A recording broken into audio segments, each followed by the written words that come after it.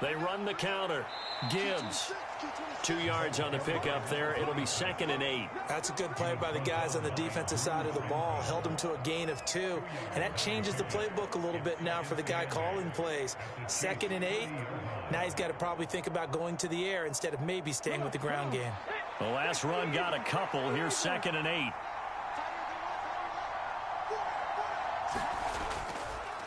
They'll keep it on the ground. It's Gibbs, and he'll take this close to a first down at the Chiefs' 23.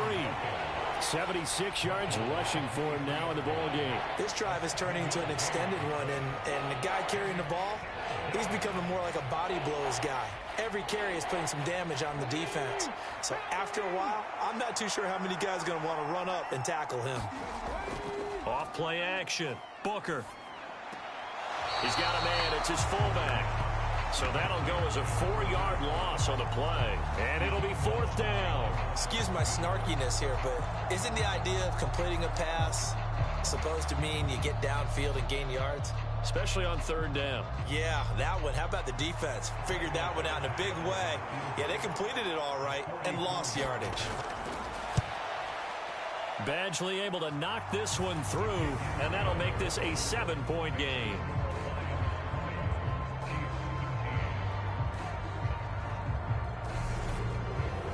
From a defensive perspective, though, I think maybe they're saying, hey, we did what we needed to do, kept this a 1-score game. Yeah, without a doubt, because they were able to bleed some time off the clock, right? Put themselves in a good position, but it's not out of reach yet, okay? Being able to hold them to a field goal means that they do have a chance to come back and win this game.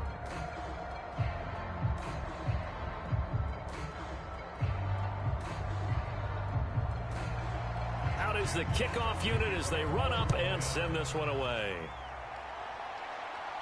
Takes it at the 7.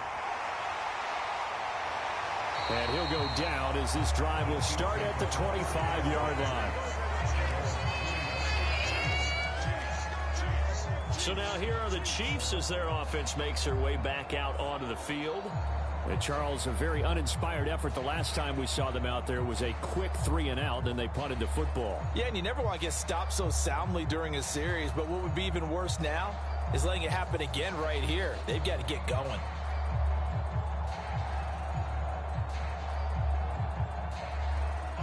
Mahomes will lead the Chiefs up 1st and 10 at their 25-yard line. They'll come out throwing here to start the drive. To the right side, it's Kelsey. So they'll get 8 out of that completion, and they'll be left with 2nd and a couple. Tell you what, he's been able to put the ball in some tight spots all game long. That throw, no different. Yeah, a lot of people would call it a gutsy type of a throw. I think he looks at it as, I can do it, so it's not that big of a deal to me, and I'm going to keep firing. Under 4 to go now as the clock runs, and they come up on 2nd down. Here's Mahomes to throw. He's going to flip one out here to his running back. And he'll be brought down shy of the 40 at the 38-yard line.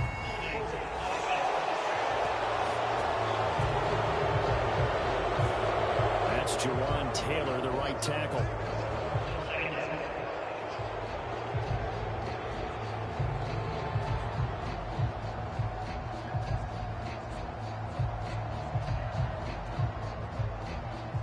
Now they face a 2nd and long following the holding penalty. To throw, it's Mahomes. And he can't find a receiver, and he's brought down. There's Charles Harris getting home for the sack. And this dominant defensive performance continued on that play. This poor quarterback, he's not received the protection he needs and has had to pick himself up off the turf far too often. After the sack, things get a little tougher here. 3rd and long for Mahomes and the Chiefs. Now back to throw. Dancing to his left. Man open, it's Tony. He's got it. Now he'll get this one way up just shy of the 45-yard line. The defense shaking their heads, not aggressive enough, and they allow him to convert a 3rd and 18. Now that's all about making something happen as a quarterback, because instead of forcing something on 3rd down, how about him buying some time outside of the pocket, waiting for someone to come open, and when he did, he put it on him for a big play and a 1st down. So signs of life in what's been a dormant offense in this second half. Here's 1st and 10. Now here's Mahomes. Over the middle and complete to Moore. And he'll be taken down, but not before they work this to the 45. You can see the time and effort and thought that they put into their passing game because it was evident right there. It looks like a simple pitch and catch, but you and I both know that they have planned for this and worked hard to make it happen. The drive continues as they search for a tying touchdown. Here's 1st and 10. Mahomes now to throw, and he'll go right back to Moore, complete again. And he'll be brought down inside the 40-yard line. So the Chiefs in possession of the ball as we welcome you back. They come up on a 2nd down now in a game that looks like it's going to go down to the wire. 2nd down and 3.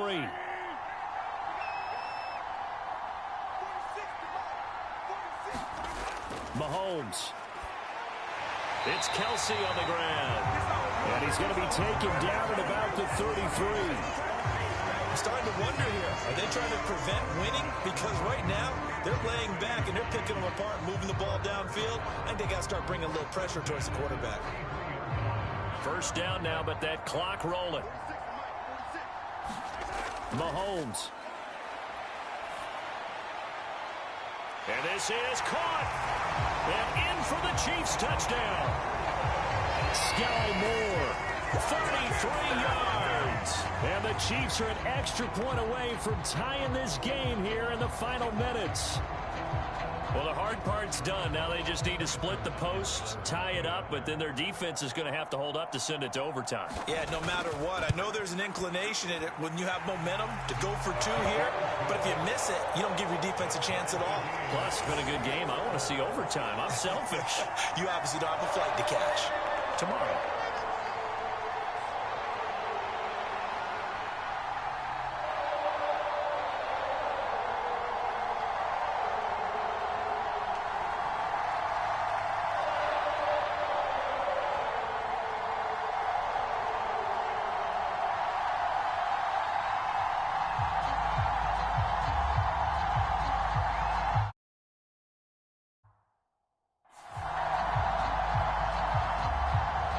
Fitting for what's been a tight ball game. We're all even at 20 now.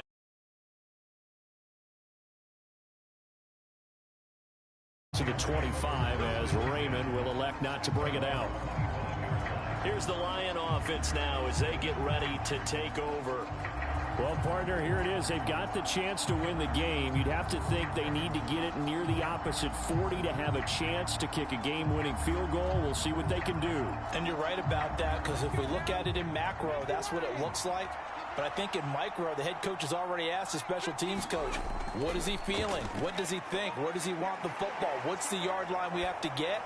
And he's already relayed that to his quarterback and his offense. They know what the goal is. Now the key, can they get there?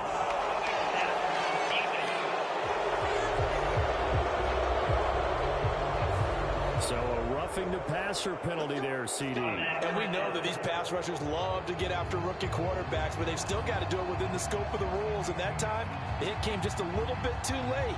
And the official won't even think twice about pulling his flag on that one. So now a fresh set of downs, 1st and 10 after roughing the passer. Looking to throw. Booker got his man complete over the middle. That's Reynolds. And he'll be brought down somewhat awkwardly here, and a late flag as well. I think this one's going to be a face mask.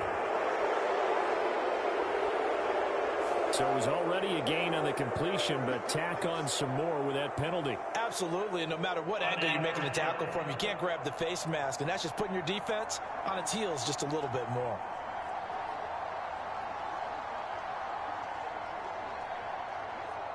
So a big penalty there on the face mask leads to 1st and 10.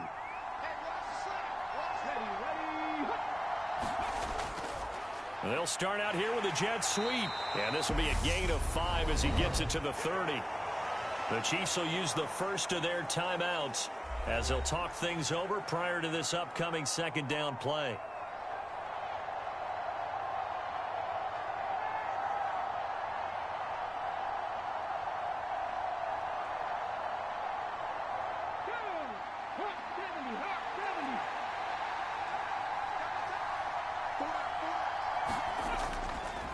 Up the middle they go.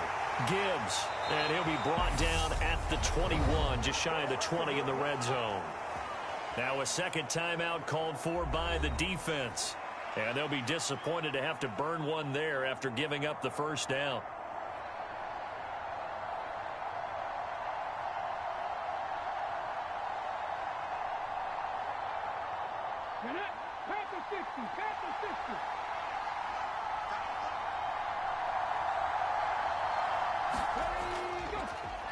They'll keep it on the ground. It's Gibbs.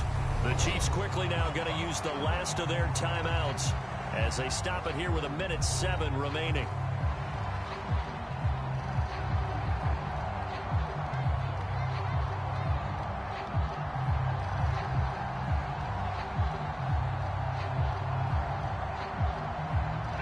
Looking at a 2nd and 11 now after the loss.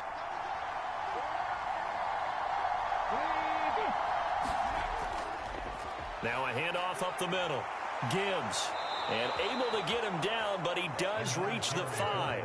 And even 100 yards rushing for him now as he has been tremendous all day long. Probably had 60,000 thinking pass right there, including us in the booth. Yeah, no doubt about it. That was a big call, big guts on that one. And guess what? That run, it'll pay dividends.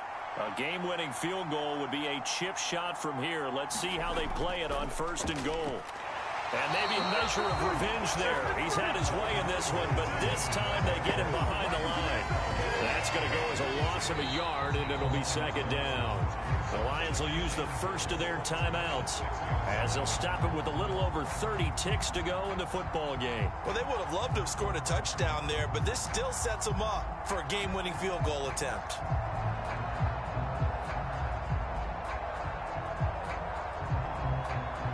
Second and goal from the 6 this time.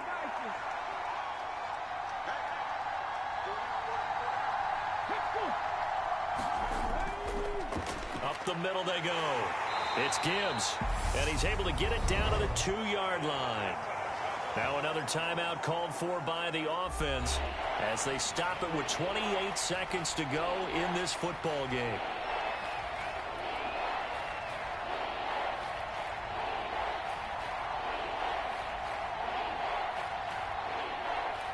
A lot of tired bodies on that field, but this is a big play, 3rd and goal. Now a handoff up the middle. Gibbs. And that's a touchdown as they've broken our tie here in the final minute of the 4th. Well, any thoughts about overtime have ended at this juncture. That touchdown puts them up 6. I would imagine they'll kick the extra point now and rely on their defense. Yeah, rely on their defense. So a little bit of time left on the clock here in the 4th, but they got to feel good now. Extra point by Badgley, up and good. And they will take a 7-point lead.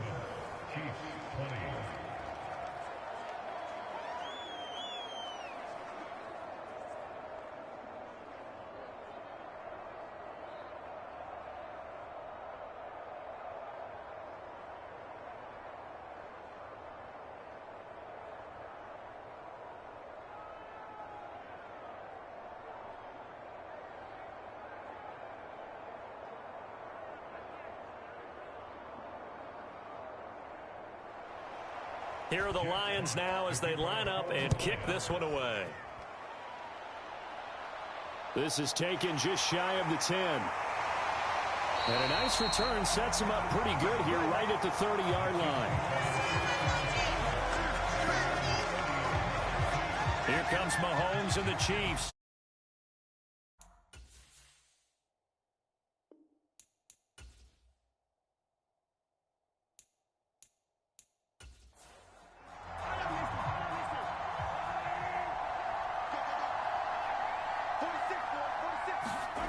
Mahomes will throw.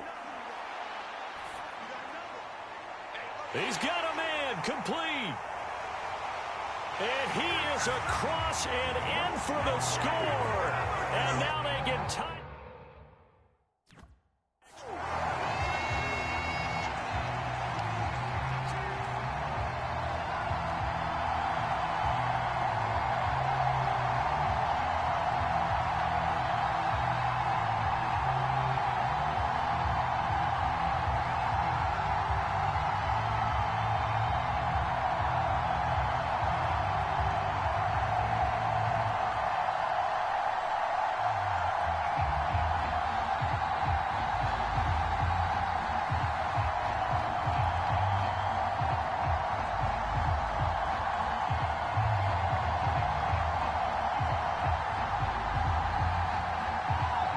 kicker now to add the extra point.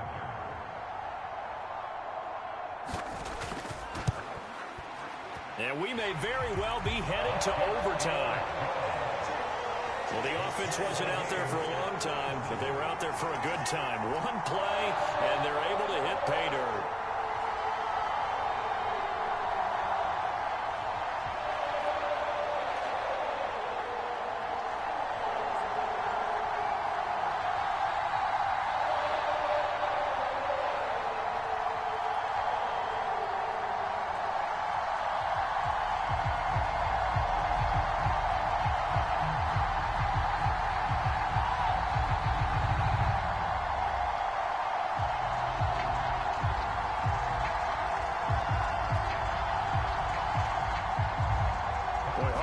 For a better game thus far. 27 apiece is our score as the kick's away.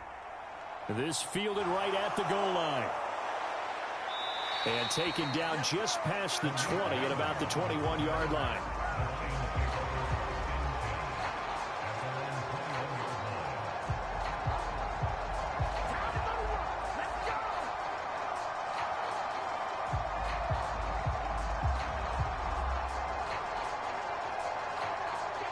The Lions offense ready to kick off their next drive. They, of course, tie game, would like to avoid overtime if they could. And a lot of people would go ahead and play it safe here and get to overtime and try and win it there. But, you know, sitting up here in the booth, take some gambles. I say let's go for this thing, try and push it, and maybe catch the defense back on their heels a bit. See if they do that. 4 quarters not enough. We're all even, and to overtime we go. And here in overtime, if the team that receives the ball scores a touchdown, it's over. If they don't, we can still have some more football. That's exactly right. If they go down and kick a field goal, the other team gets a possession to either match it or score a touchdown to win the ball game. If both teams kick field goals, the next team to score wins. But if the receiving team throws a pick six or fumbles the ball and it gets picked up by the defense and they score, the game is over at that point.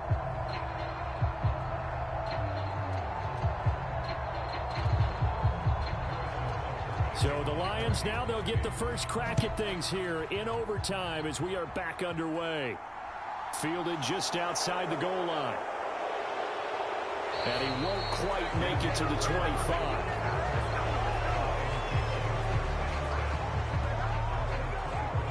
So here come the Lions now. And everyone knows the OT rules, Charles, but pretty simple formula. They go down and get a field goal, we continue play, but if they can find the end zone on this possession, ball game over. And as meticulously as all teams plan for a game, I don't doubt for a second on that offense coordinator's play sheet, he's got some overtime plays that he wants to run. I know it sounds crazy, but they plan for everything. 1st and 10 all the way throughout the game, 2nd and 7, whatever. Right now, he's looking at that play sheet saying, if we get to overtime, what can we break out that they haven't seen? Knifes his way forward here, but just 3 yards on the play. 2nd down. Short gain there to start overtime. Almost a tester play, wasn't it? Wanted to see if the guys on defense were going to fit the gaps the correct way, because we're in overtime. So it's not just physical tiredness out there, right? Mentally, are you still doing what you're supposed to do? And they were up to the task on that play. And certainly fatigue on both sides of the football. Here's a throw to his running back. It's complete. Give him a gain of 5 on the completion. And that's going to bring up 3rd and 2. It's funny, throughout the time that we've been together, when we talk with running backs about the ability to catch the ball, their eyes light up when they talk about open field and having one-on-one matchups, don't they? Yeah, they do. And that's the reason why. What we just saw, shedding those tackles, and that's what they're used to doing. It is, and it starts at the beginning of the play. One-on-one matchup if someone's trying to cover them. But they all... Oh, and it's intercepted. Picked up by Nick Bolton. And the Chiefs are going to take possession of the football. What a big-time interception that is here on the first drive of overtime. And now, Charles, they're already knocking on the door with a short field. Remember, all they need is 3 points to win this game. And that thinking just can't limit them on offense. The playbook should still be wide open. Get a first down, maybe 2. Do it safely. Nice throws that your quarterback can make. Nice runs that your running backs like. But make sure you get yourself into position and let your kicker have at it.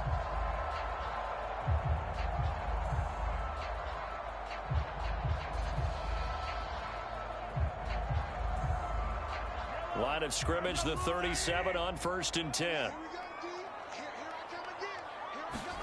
First throw of overtime for Mahomes. Complete, the tight end Kelsey. And they'll work this down inside the 30. Completion was given up, and that's why you play zone defense, so that you can have people around the ball when it's caught, and you don't give up much run after the catch.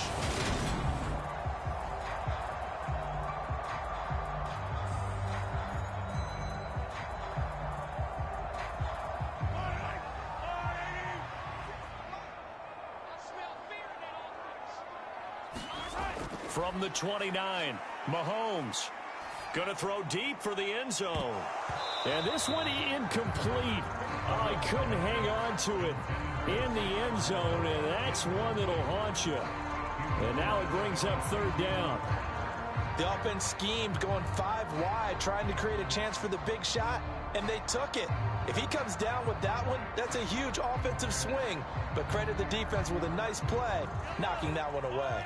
So the incomplete pass on the last play, and that leads us to a 3rd and 3.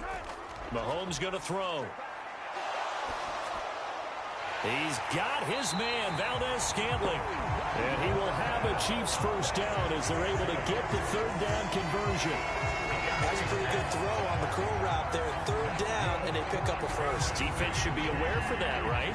They should be aware, but it's so hard sometimes. Yeah, it's not easy. Because when they sell that route really well, you think they're going upfield, and they curl back, show their numbers to the quarterback, and complete the play. So from the 17 now, here's a 1st and 10. Hands it off out of the gun. And he'll get 7 yards from the 17 to the 10 before he's taken down. Well, no matter how they phrase it, staying on schedule, staying ahead of the sticks, whatever you want to call it, 7 yards on 1st down, that fits the bill. A good run, got 7 on 1st. Here's 2nd and 3.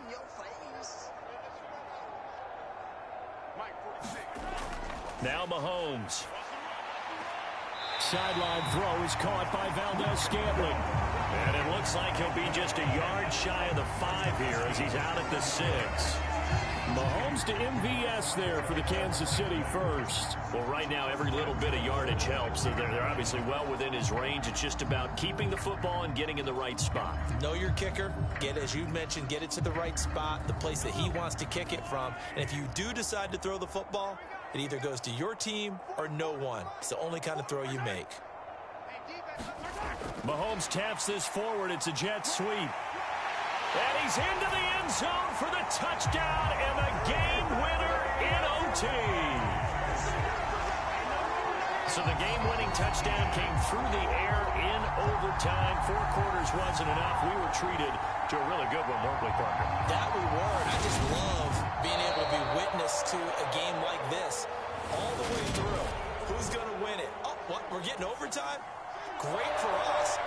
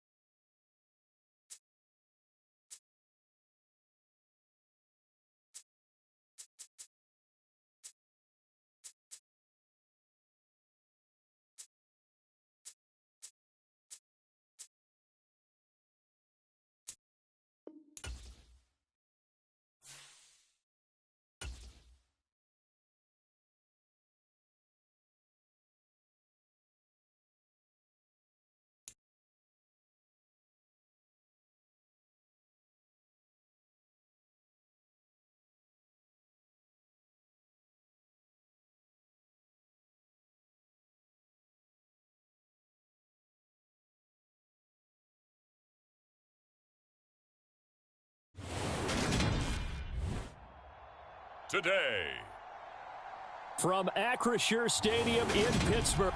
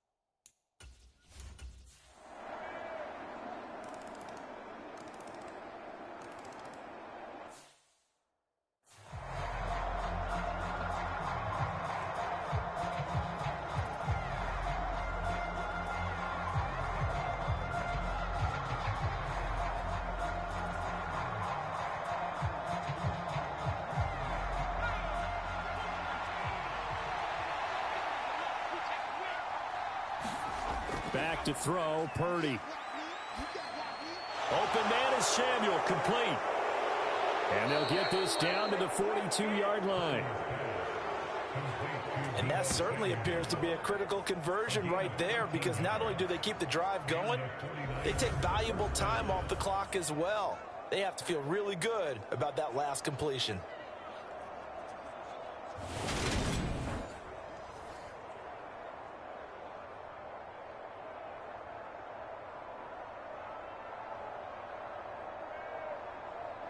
Operating out of Steeler territory now. Here's 1st and 10 at the 42-yard line.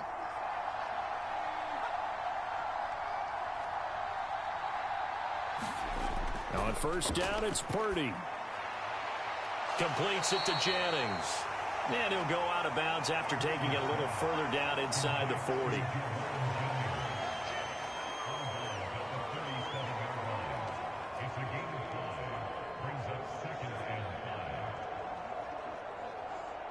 Here's 2nd and 5 now from the 37.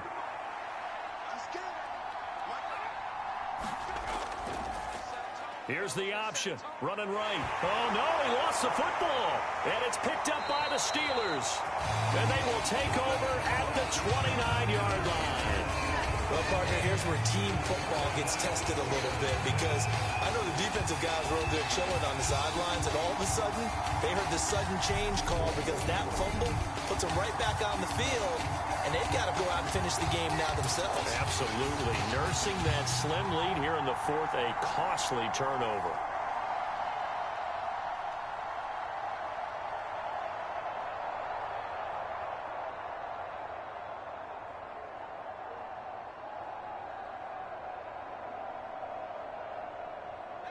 Pickett leads the Steelers up here with a fresh set of downs. Just shy of the 30. Following the fumble recovery, Pickett got an open man. It's Washington. And the result here, a pickup of 8. Leaves him with 2 to go on 2nd down. He's a rookie, and you don't want to get hung up on the word potential. But when you see him make catches like that, you keep thinking to yourself, he's good now. He's got a chance to be great with plenty of work.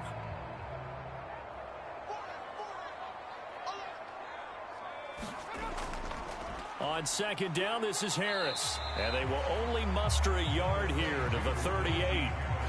Seems pretty obvious defensively a key was stopping the run game. How have they done it so successfully? To me, it seems that these guys really did a nice job of paying attention during the scouting report meeting. And you know, Brandon, when they do those, they talk about the top plays that these guys like to run. The best runs for the top running back, those are the ones you focus on and want to take away.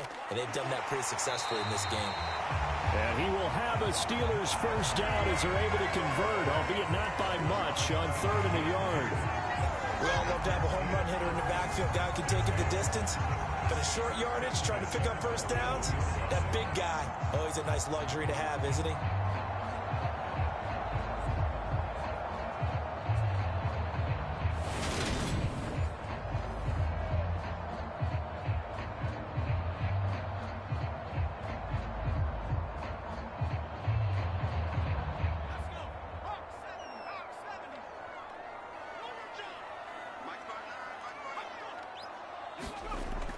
Now a 1st down carry for Harris.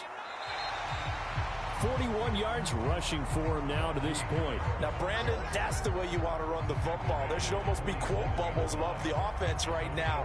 Bam, boom, biff. That's how they feel good about moving the football. The last run got 6. Now 2nd and 4.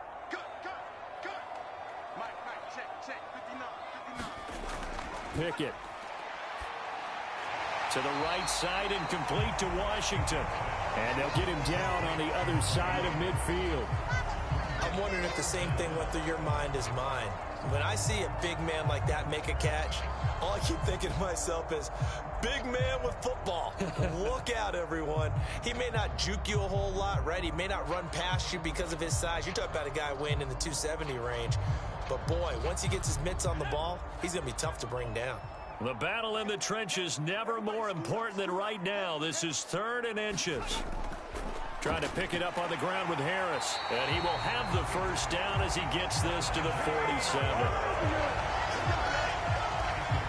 Brandon, this can be so demoralizing for a defense. They've had 2 opportunities to get off the field. They haven't gotten it done. So now your coordinator is going to call every blitz that he has, any type of exotic, something that they haven't seen before. And he's also telling the defensive lineman, don't worry about holding people up. Just get in gaps and try and make a big play. And not only not getting off the field on 2 opportunities, clock continuing to run. Fourth quarter, down to the final 2 minutes, and we've got a 1-score game. So the Steelers with the football as we get you reset. They come up on a 1st and 10, desperately needing a score here on what could be their final drive. The drive continues as they search for a tying touchdown. Here's 1st and 10. Pickett to throw on 1st down. Johnson with a completion over the middle. And he goes down, but not before getting this inside the 25. Good work after the catch. Going to net him 23 and a first. Nice. Well coached. A team that understands what's going on. They still have time to work the middle of the field as they just did there. First down now, but that clock rolling. Pickett to throw. That's caught. He gets it out to Austin. And he'll go out of bounds in the red zone just inside the 20. And that's good for a gain of 6, and that'll make it 2nd down. People worry about throwing the out route because often it can get jumped, and that can turn into either an incompletion or an interception. But not on that one. Everything came together, and he catches it and goes over the sideline. Looking to throw here. Pickett. Washington with a catch, middle of the field. And he's going to be marked down just outside the 10. That was a route run not just with dexterity, but with intelligence. Found the hole in the zone, made sure the quarterback saw him, and was able to make the sure catch and flip the down marker back to 1. First down now, but the clock continues to move. Here's Pickett. Now he steps away, and he'll take this beyond the line of scrimmage as he slides to a halt. He'll get 3 yards on the scramble there at 2nd down. Nice solid game there, partner, but the clock is starting to become his enemy. Absolutely. Every second right now, more and more precious as it ticks. Now the Steelers hustling up to the line of scrimmage. Now Pickett. And it's caught. It's a touchdown. So they rally here in the final minute, and they're an extra point away from tying this game. Well, with this rookie QB, we talk a lot about his ball placement and how good he can be at laying it right in there. I think we just saw, Charles, though, the strength of that arm. That was an absolute rifle for the completed touchdown. It absolutely was, and let's face it, you think he was really ready to get that first touchdown? Absolutely. He threw that pass with a... And now remember, all touchdowns are reviewed, and in a tight game like this, they're going to take a good long look at it. They're taking a peek at whether or not those feet were in bounds, and obviously a big call here in the end zone. And not just the feet. How about the hands? How is the ball possessed while the feet are hopefully getting down in bounds? That's what they're trying to look at to see if it all comes together.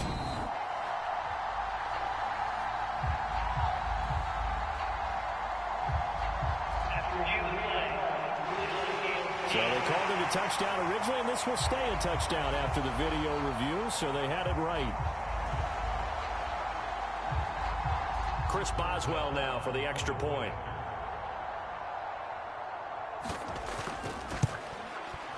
And we are tied here in the fourth quarter.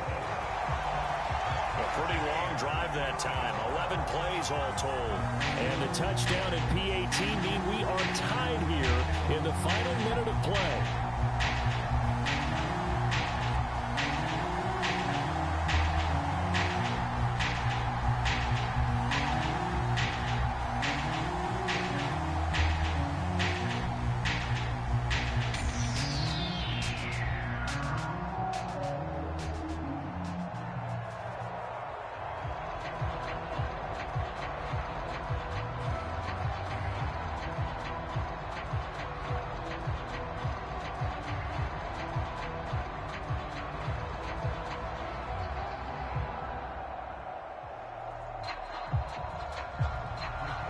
All square now at 13 all as he sends this one away.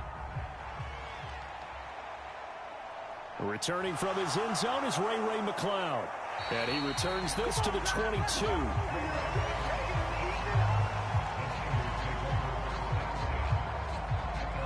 San Francisco's offense returns to the field. They'd like to avoid overtime here, so maybe they can work the sidelines, but then defensively, how do they adjust to that if they do work the sideline? It's the old leverage game, and we usually talk about leverage at the line of scrimmage, right? Who's going to win with the low blocking and everything that goes along with that. But in this case, you're trying as a defender to leverage them towards the middle of the field, not let them get to the sidelines and try and tackle them in bounds in order to run the clock out. Chess match here late. Purdy to throw. That's over the middle and caught by Ayuk. And they'll get him down after a gain of 7, but they'll happily give him that.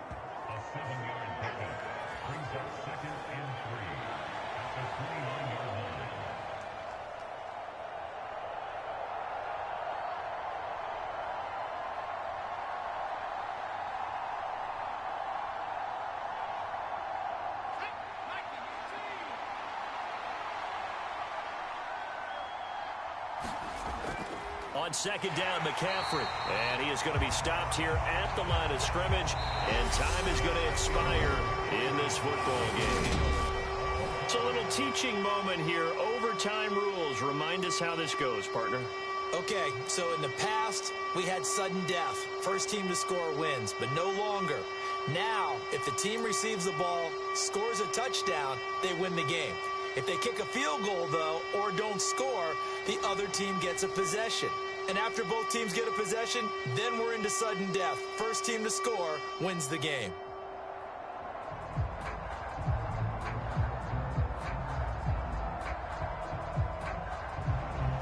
So it's the 49ers who will get the football first with a chance to win it here in overtime. Taken at the goal line. And able to get this across the 20, but not much further as he's dropped at the 23-yard line. And San Francisco gets set to go here.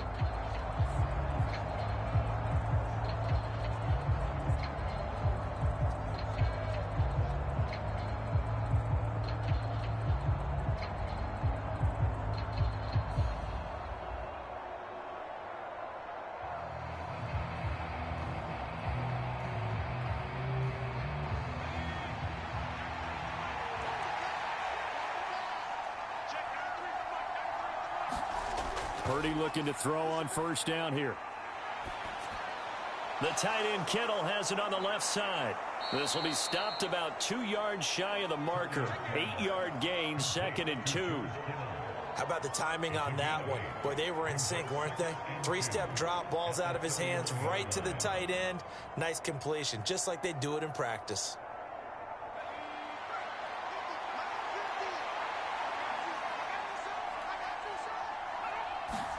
From the 31, Purdy, he'll get this to Jennings over the middle. 7 catches for him now, and this last one, a first down. A little dinking and dunking that they're doing. At some point, is it appropriate to maybe take a shot? It is, if you feel good about it. But otherwise, you do what a coach told me a long time ago. Take what they give you, but make them tackle. In other words, get it to one of your guys in space. If he makes someone miss, that can turn into the big play you're looking for.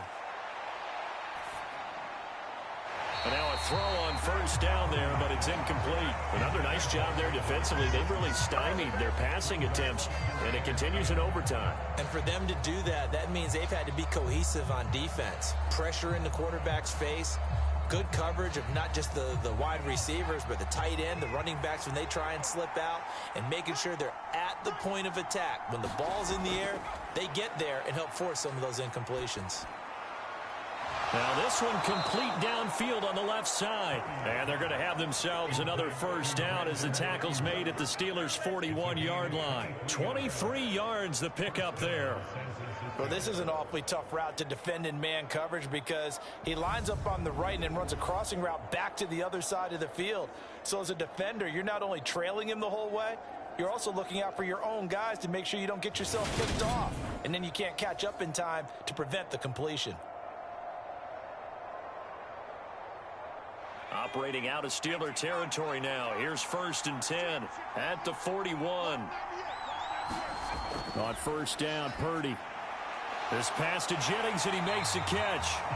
And this one's going to go the wrong way. Losing yardage back at the 42. He was unable to shake free there, and they'll cover him for a loss of a yard. Heck of a play there to get to him quickly and get him down for a loss. I think they did a really nice job getting ready for this game, scouting, watching film, and understanding defensively what the play design was.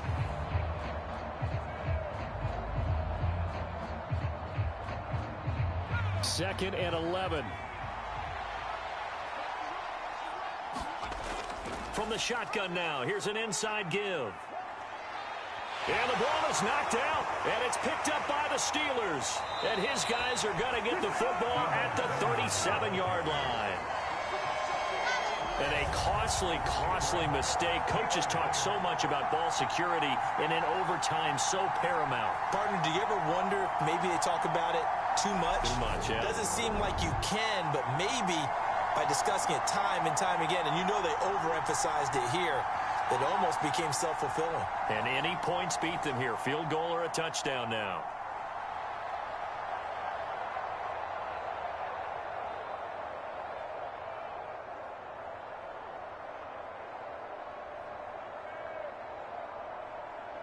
Pickett leads his Steelers up here with a fresh set of downs. At their own 37. Harris will start the drive out. And that play went nowhere. Losing yardage. It'll be back at the 36. Officially, it's a 1-yard loss. That's going to bring up 2nd and 11. The job of any linebacker involves having enough strength to fight off a blocker and get to ball carriers. But in this case, I think we can safely say he beat him right off the snap to get into the backfield and make that play.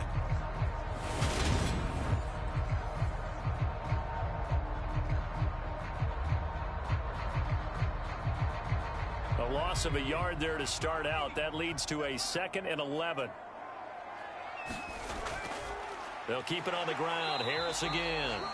And the hole closes quickly there. He gets maybe a couple up to the 38. Early down stuffs to put this offense in a precarious position. We know that securing the point of attack, especially against the big-bodied guys in the middle of this D, has got to be priority one. An extra DB for the 49ers now on 3rd. Now we'll see what Pickett can do here in OT. Here's Johnson with a reception. And he's going to get this all the way down inside the 35. That's good for 28 yards. With the kind of game he's had so far, you had to know that on 3rd down that they would be looking his way, and they did, for big yardage and a 1st down. I think the defense fell asleep at the switch on that one. I would have doubled him, tripled him, anything to keep the ball out of his hands.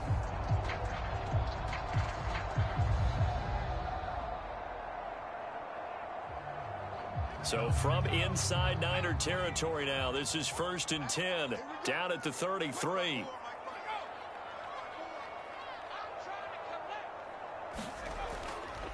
Harris running straight ahead, and he'll power ahead, but only for about 3 yards. 2nd down coming up. Yeah, I don't know if it's exactly a win-win, but if you're on offense, you'll take that kind of a run, all right? It was kind of stacked up, found a little bit of yardage, and frankly, they're pretty close to staying on schedule on offense. The playbook is still open for the coordinator. The last run got 3. Now here's 2nd and 7. And that nearly picked off. Oh, that would have been a big INT here in overtime. Instead, they'll get another shot on 3rd down. He's lucky to be getting that one back. After what they've done with him all day long with all the targets trying to go after him, he's obviously gotten smart, and his pride has kicked in. Made a terrific play. Throwing on 3rd down. Here's Pickett. Buying time to his left. And he wisely will throw that one away.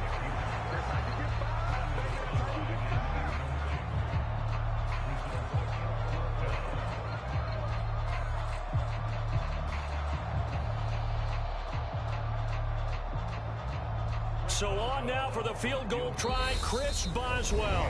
And the 49ers going to take another timeout. They'll be left with just 1 remaining here at OT.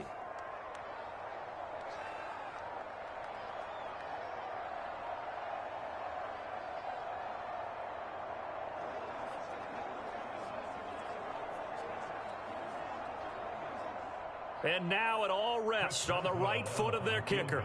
This to win it in overtime. And he got it. The kick is good. In overtime, he's able to split the uprights. And the Steelers have won the game.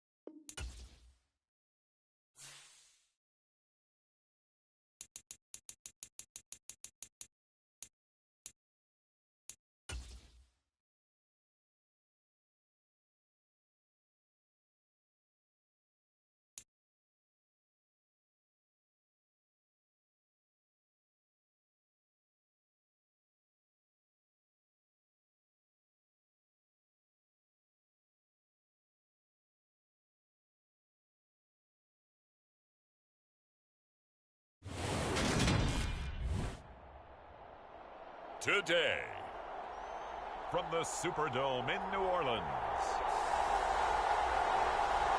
this is Madden Football on EA Sports.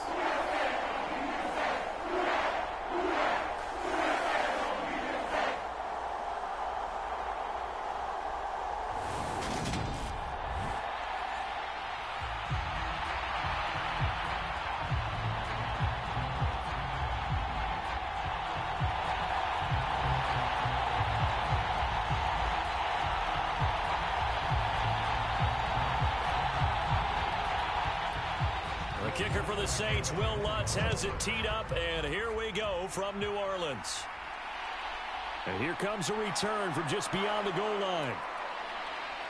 And it's a pretty good return here as he'll get this up to the 29.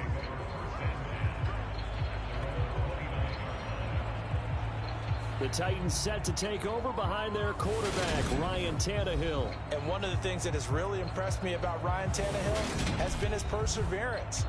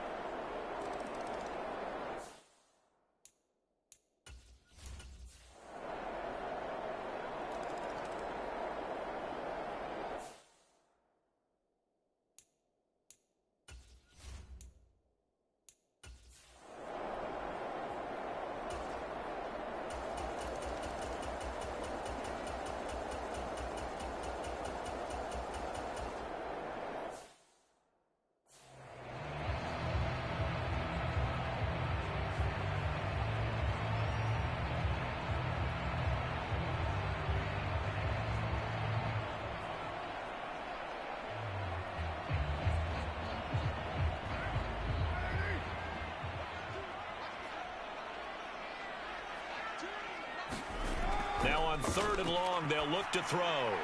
And the catch made by Johnson. And he is going to lose yardage here.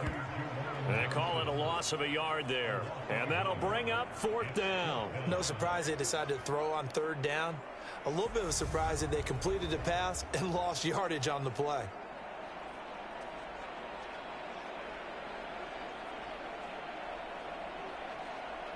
Here comes the Saints punter now, as they're forced to kick for the 6th time today.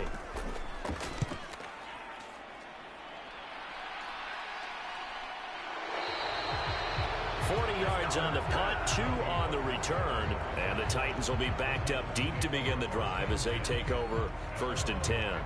And here comes Tennessee as they get set to take the field. Excellent job by their defense to force the punt and provide them with this opportunity, all tied in the 4th quarter.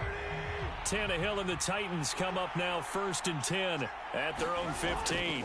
He'll start with a give to Henry. And that winds up a decent run, and it also takes us to the 2-minute warning.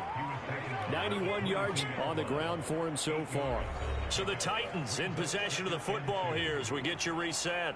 They've got a 2nd down now as they search for a score to break this tie.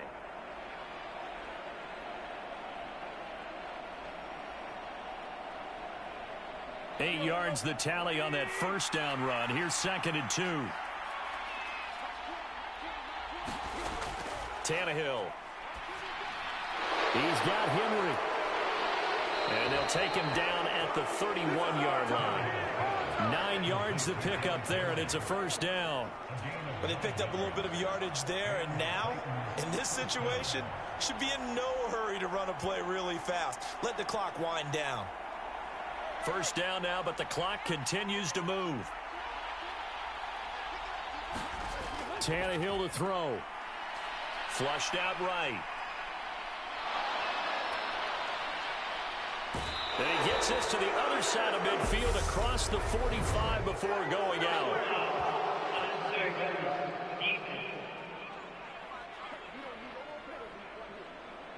A little too much extracurricular there. When you have a game with a lot of contact, tensions are going to run pretty high. You're going to be emotional, but you have to harness it somehow, and he didn't on that play.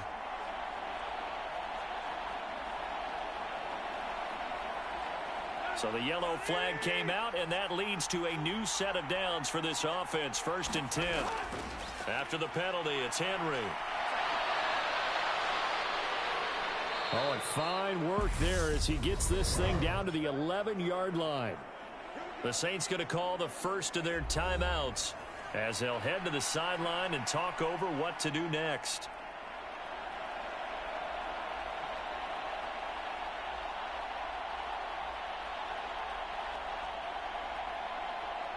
Now a 1st and 10 at the 11. They'll run it again with Henry. And he's going to be brought down just shy of the 5 at the 6. Now a second timeout called for by the defense as it comes with 1:15 left to go in the second half.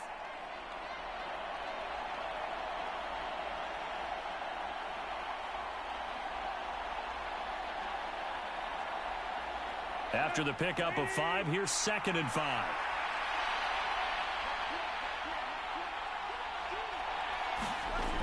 Tannehill going to turn and give this to Henry. And he gets halfway there from the 6 to the 3 on a gain of 3. Now the Saints will use their 3rd and final timeout as they'll head to the sideline and talk over what to do next.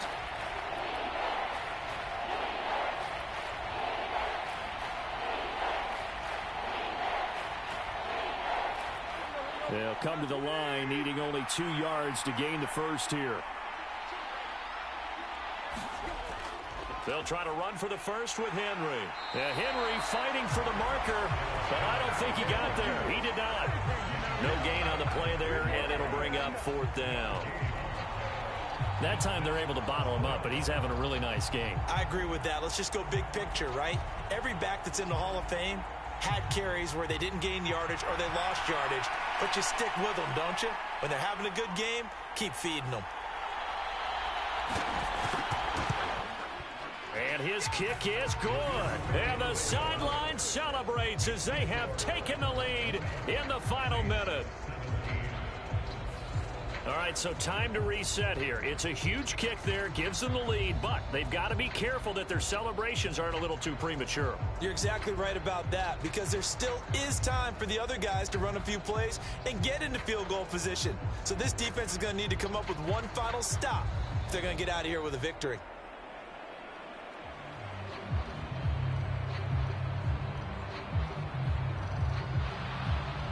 There's the Titan kick team as they run up and send this one away. Takes it at the 7. A solid return, pretty good field position. They'll start at the 32. So Derek Carr in the offense, down 20-17, a little over 20 seconds to go. How will this thing pan out? We'll watch as they come up on 1st down.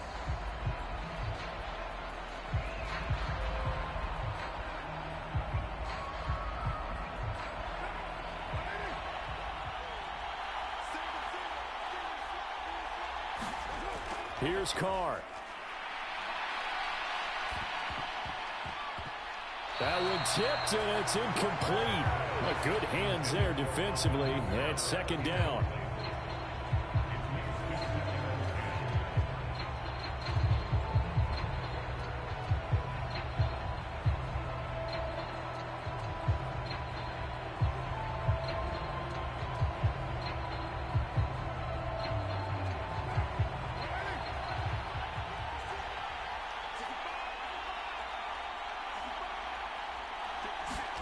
Throwing his Carr. Pass complete, Thomas. And he'll be taken down, but not before they work it across midfield. A gain there of 21 yards. A fun, close ball game comes to an end.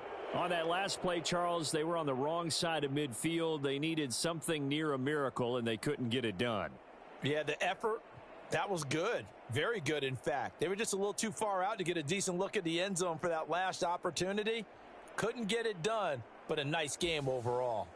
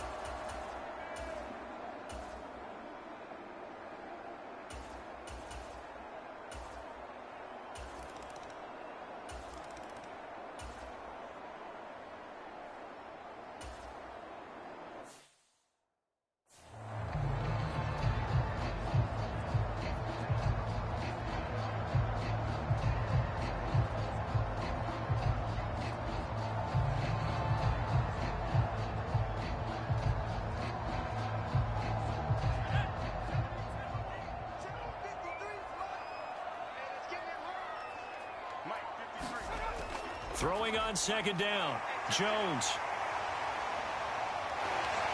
And he's going to get a good gain of 9 here up to the 34. I always laugh when people say, what's the toughest route to defend? And I'm like, any of them, especially if it's a good receiver. That makes things very difficult. But when you're running a drag route, something short, shallow, going through defenders, using guys almost as screens in order to get open, that makes things tough for guys trying to get to the football. They'll try and run for the first with Stevenson. And he'll be brought down right around the 37. They only get 2 there, but on 3rd and 1, that's all they needed to keep the drive alive. Yeah, they really needed to get something going, didn't they? They had punted on the last 2 possessions. The running game starting to come to the front for them, providing a nice pickup there to keep this drive going. So signs of life in what's been a dormant offense in this second half. Here's 1st and 10. Jones throw here taken in by Gesicki. And he'll be out of bounds, but able to get it up past the 45. That goes as a gain of 11 and a Patriot first down. This possession means so much for them. They've got to focus on this drive and find a way to make this a one-possession game. Yes. Got to get a score. Yeah, so good with a field goal. Don't necessarily need a touchdown. Now Jones. Open receiver here, complete, it's Parker. And he takes this one down almost all the way to the 30. Chewing up big yardage, another nice gain there. This one goes for 20. And that's a much-needed first down right there. Look, they're down by 8, so logic says they don't have to get a touchdown out of this drive. But the way things are going, I don't know if I'd put it in the hands of my defense here. You might not get the ball back at all. So if a 4th down situation comes up, I'm thinking hard about going for it right here and right now. So from Philadelphia territory now, here's a 1st and 10 at the 32-yard line. Straight ahead, it's Stevenson. And only able to get 2 here, stopped at the 30. Just not a whole lot of room to operate there on that carry. No, not at all. They did a really nice job staying in their proper places and not allowing any lanes to open up.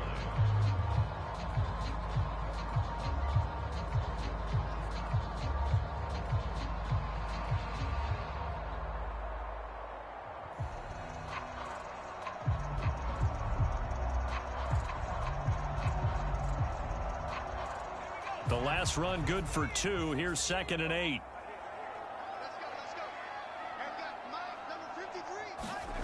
Throwing, Jones. Looking left side, and he's got a man. That's Stevenson. And he'll be brought down at the 27. That might feel like a little bit of a lost opportunity there for the offense because the defense brought pressure that time. And sometimes against that, you can get out to your running back, and it could turn into a big gain downfield. But what a nice job they did getting to him quickly and holding him to a short gain.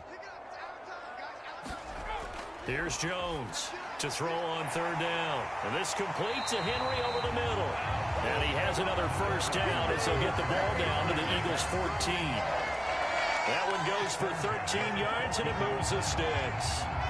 And that's well executed there on 3rd down. And I love the confidence that they had to let their tight end try and find some space in the middle of the field, right in their quarterback's line of vision. And QBs love to make that easy throw, and they hooked up there for a first down. Here's a 1st and 10 at the 14-yard line. From the red zone now, they'll look to throw. He'll get this underneath to Stevenson. And they'll get him down after a pickup of 8, 2nd and 2. And we see another pitch and catch there to the running back. This position just continues to evolve. They become just as critical to the passing attack as a lot of receivers, tight ends, because their ability to make people miss in the open field can really generate big plays for an offense. 2nd down and a run by Robinson. And he'll be brought down right on the edge of the goal line at about the 1-yard line. A 5-yard gain, and now they're set up 1st and goal. I think they like this drive a little bit better there, partner. Running game helping out, picking up some of the slack. Because remember the last drive, they went 3 and out. 1st and goal, a touchdown and a 2-point conversion here are musts. Stevenson. is into the end zone. Touchdown, New England. So part one of what they needed is done. They get in the end zone. Now you have to imagine we'll see a try for two. And that's what the book says, but defensively, they can't hang their head right here. They've still got a chance to come out with the lead if they make a play. Here we go now as we get set for a big two-point conversion. They'll try and run it in, but he is not going to make it. It's a big play by the defense, and they're going to hold on to their two-point lead. And the failure to convert and tie the game, now the pressure shifts back to the defense. But I think it was the right play. I think it was the right call to try and tie the game there. Kick an extra point, you're still down one. What's the sense? I like what they did.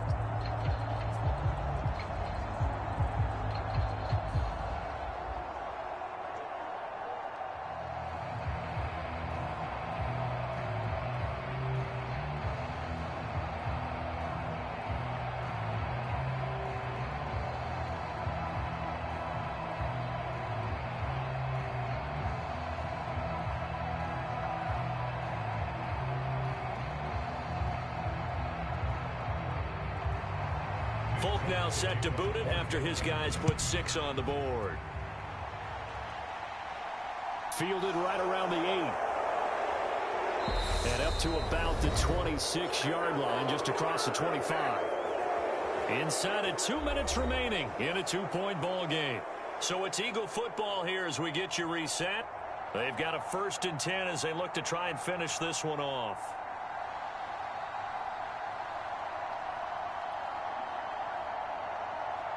The Eagles offense set to begin their next drive. And this game not quite over yet. And we'll likely see them take all 3 timeouts defensively, so they can't just kneel this one out. They're going to have to try to run a few plays. You're exactly right. They've got to get a first down and make them use up all their timeouts in order to feel like they have this one in hand.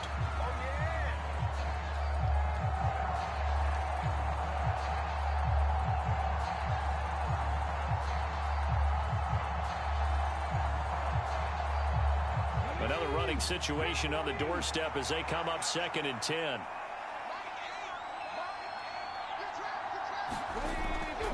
They'll try and run some clock here with Penny. And he'll go down right at the 30-yard line. Now the Patriots will use the second of their timeouts as they'll head to the sideline and talk over what to do next.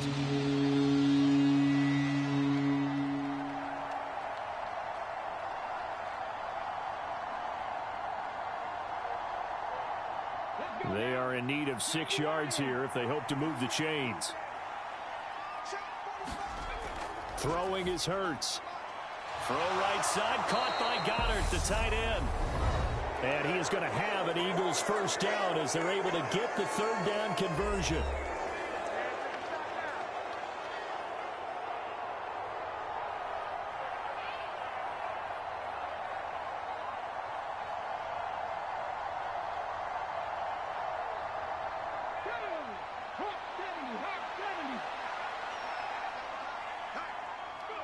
And they take a knee.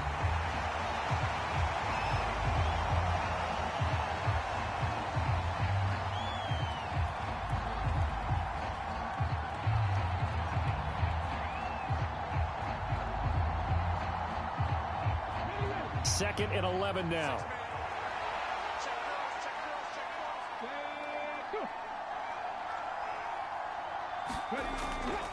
Inside handoff, Penny.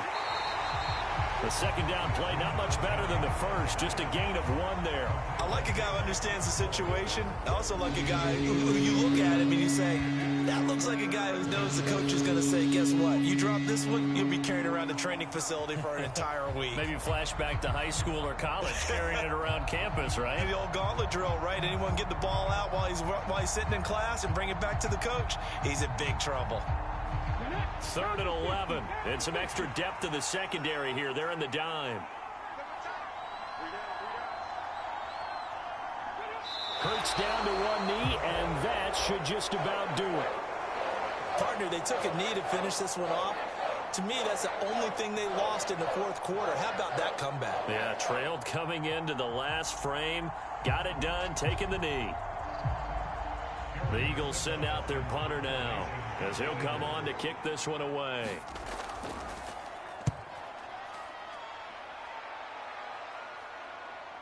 Here's Jones on the return.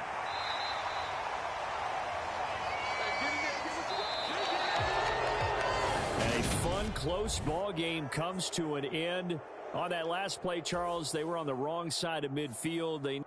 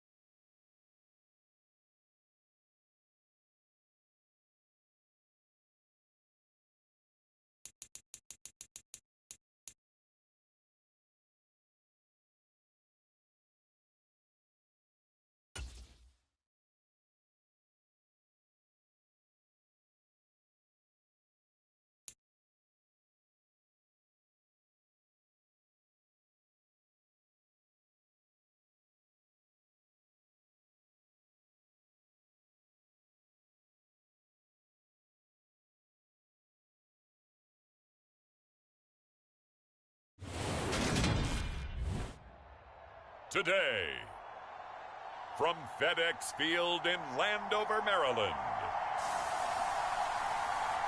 this is the NFL on EA Sports.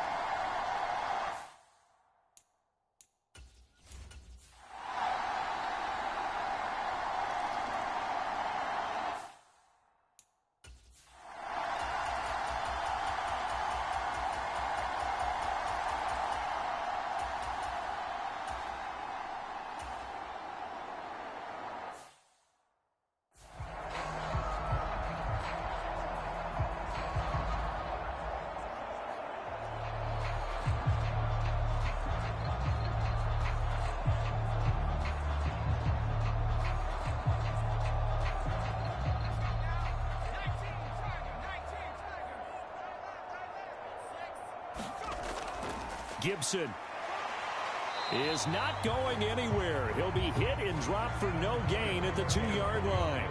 Only a yard that time, 2nd and goal.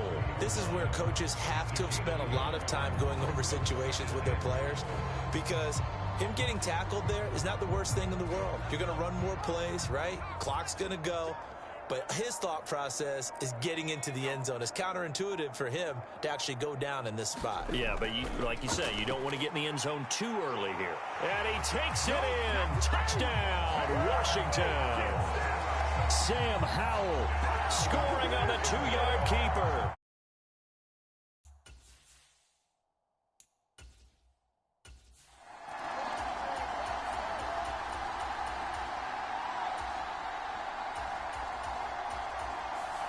So it's Washington getting the victory here. And we talk so much about the turnover battle, determining who wins, who loses. This game, no exception. Air-free football, no turnovers at all, and they win it. So this is one you don't have to convince your team that what you're saying is accurate. And you know what I'm talking about.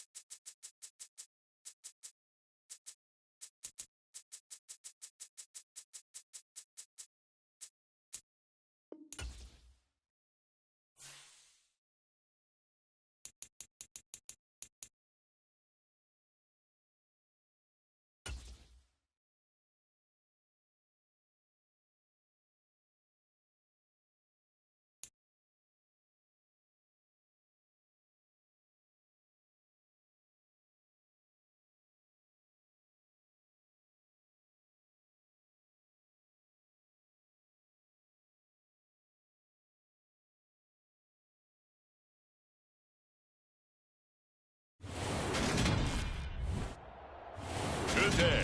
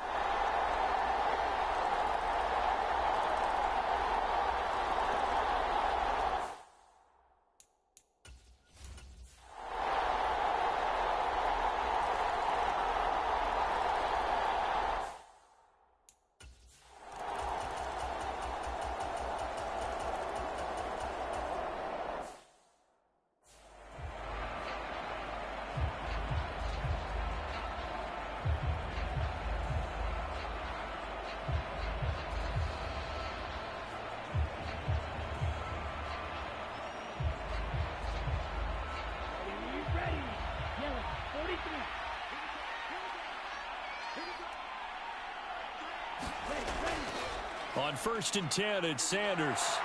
They find some open field here. And they'll wind up getting this one all the way down inside the 20.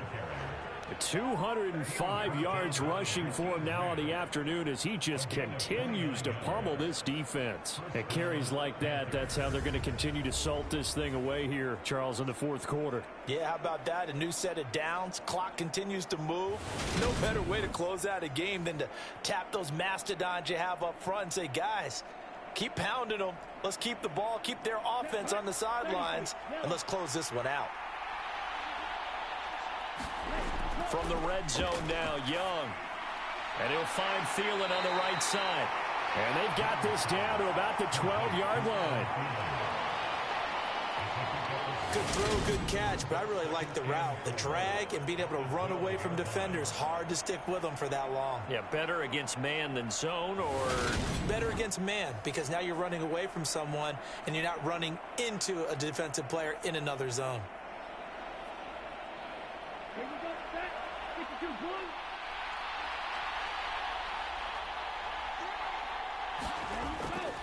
It's a second down run with Sanders. And maybe a measure of revenge there. He's had his way in this one, but this time they get him behind the line. Call that a loss of a yard, and things get a little more difficult here, 3rd and 5. Well, they've had success on the ground on this drive, and that makes the defense more likely to overcommit to stop the run as they did on that play. But keep in mind, it makes them susceptible to play-action passes as well.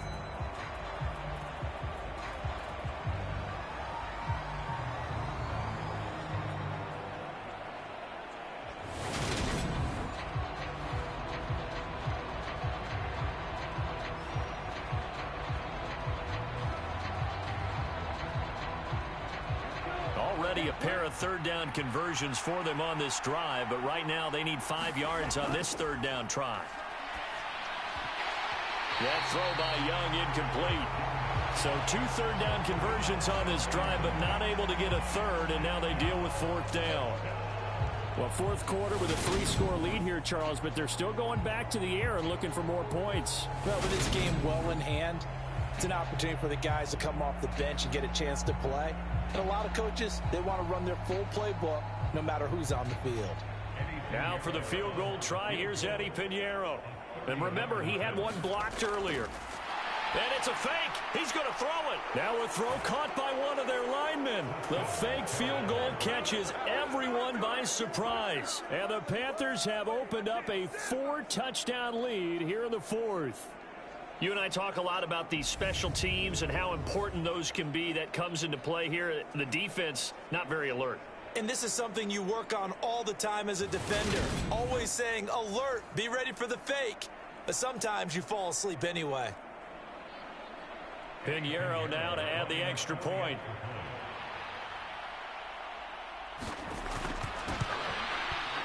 And that'll increase their lead to 28. So that one a long 11-play drive. And the end result, a Panthers touchdown.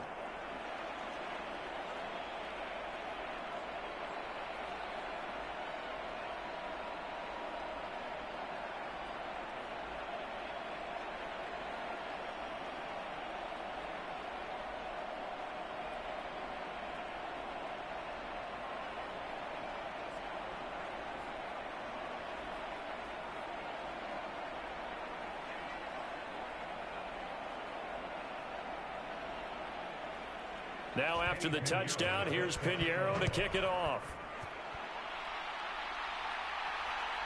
From out of his end zone, it's Avery Williams. And he will make it to the 20-yard line and no further.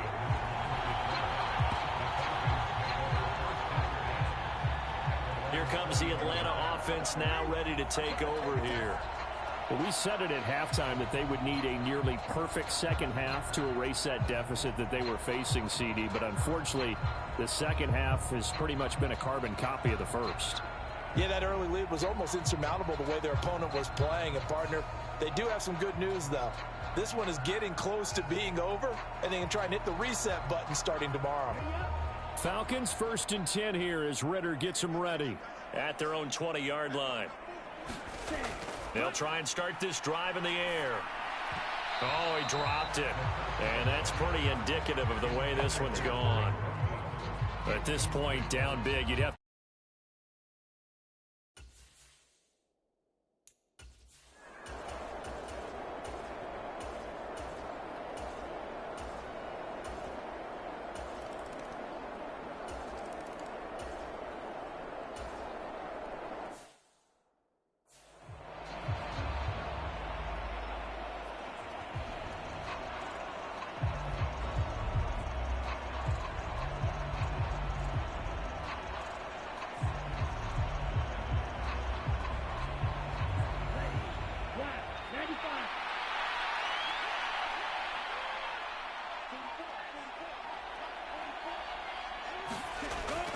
second down, back to Sanders.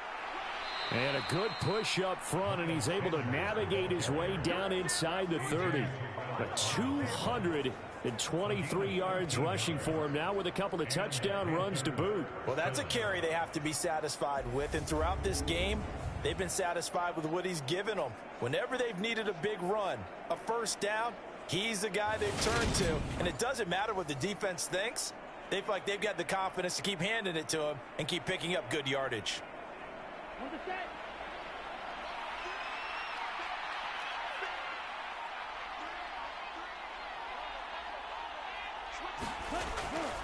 Another run with Sanders. Might have gotten this one down to the 28, and that's all. Charles, a lot of happy faces heading into the tunnel as this one ends, and understandably so. Not only did they get the win, but, boy, their offense was on fire in this ball game. And, partner, I have no idea what the top speed is on one of those high-end sports cars. What's the top gear you can get in?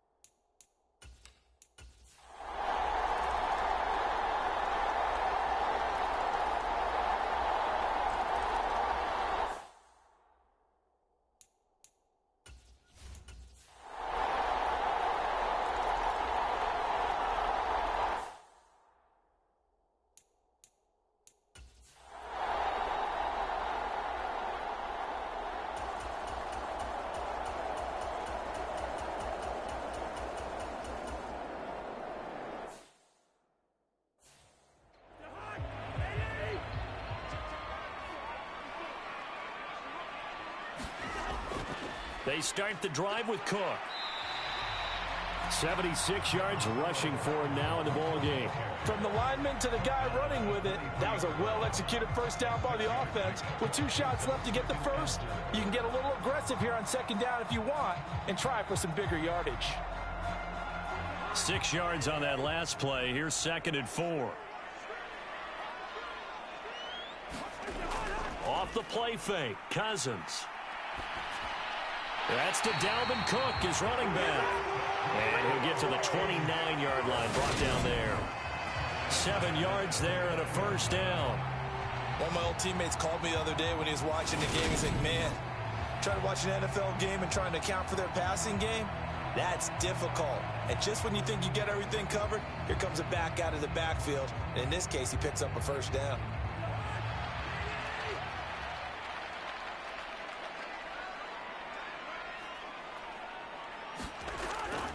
First down, here's the run with Cook. And they'll get it up just short of the 45 at the 44. He'll get 15 and a Vikings first down. Another carry for their leader and a good one. It's crunch time. They'll need him to continue to be productive in both the run and passing game in order for them to try and snatch a victory.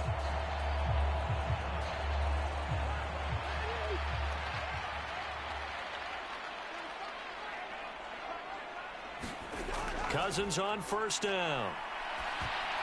A quick throw knocked away. It's incomplete. Well, they've been back on their heels a little bit here in this drive, but a chance to exhale just a little bit there with incompletion on first down. Now they have to gear up, try and get 2 more stops, and escape this drive. An incomplete pass on first down. That leads to a 2nd and 10. Throwing is Cousins. Throwing right, and that's complete. They do get a yard there, but only a yard. Leaves them with 3rd and 9 looming. One thing you're hoping for when you run drag routes, you're able to hit a receiver in stride, and he can pick up a lot of yardage after the catch.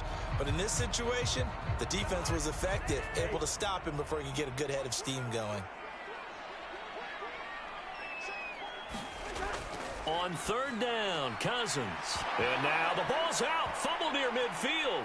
And it's picked up by the Buccaneers. And he'll return this ball across midfield to the 47-yard line. Always costly to cough up that football. These defenders, they become so adept, though, at jarring it free. Yeah, it's amazing that there aren't more fumbles caused, because now, if you're an offensive player, you go through ball security drills every single day. It's really not out of line to think you should take the ball to bed with you and just hold on to it. But the bottom line is, no matter how much you try to protect it, these guys are pretty good at finding ways to knock it out.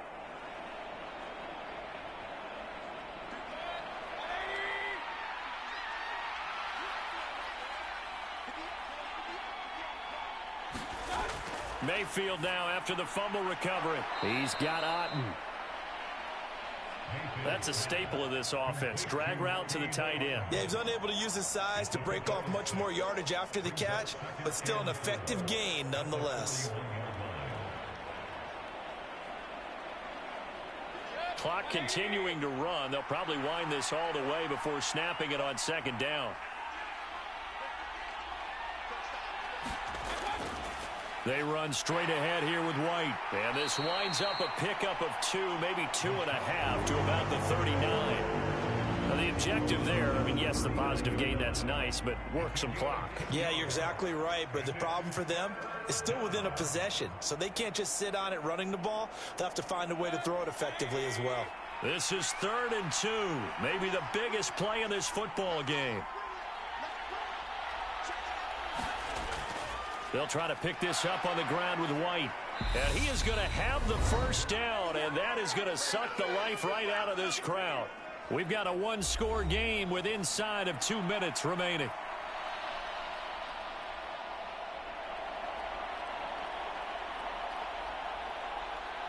And not totally home free yet, but it's looking good as they come up 1st and 10.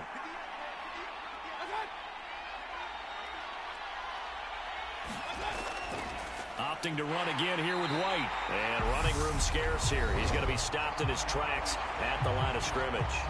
And quickly, we're going to get another stop here with 1:54 left as they call the timeout defensively.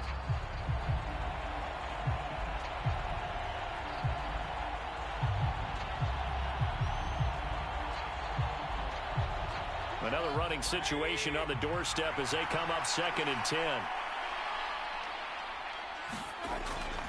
They'll go up the middle with White. Now the Vikings will use the second of their timeouts as they'll head to the sideline and talk over what to do next.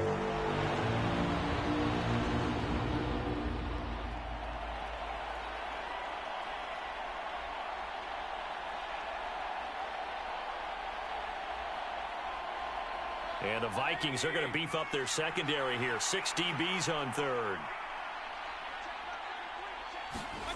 Now Mayfield. And that will be incomplete. That is certainly one way to frustrate a quarterback. Run those extra defenders on the field. Dime package, lots of speed, no space to fit into football.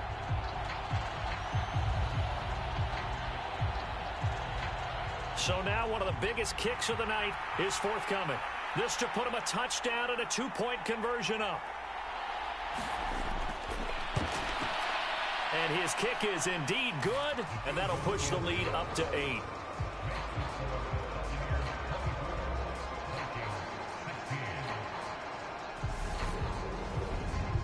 Well, he was a spectator for much of this game. This is his first field goal opportunity of the entire contest, but he's able to connect. Yeah, he had a pretty good seat to this one, didn't he?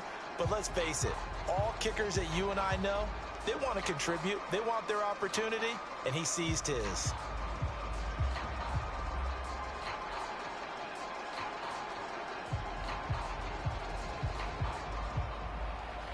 The Bucs ready for the kickoff. And here we go. It's in the air. This will be fielded inside the 5. And the tackle going to be made right there at the 25-yard line. So Cousins and the Vikings down by 8. 1:37 remaining. They need a touchdown and, of course, the 2-point conversion as well.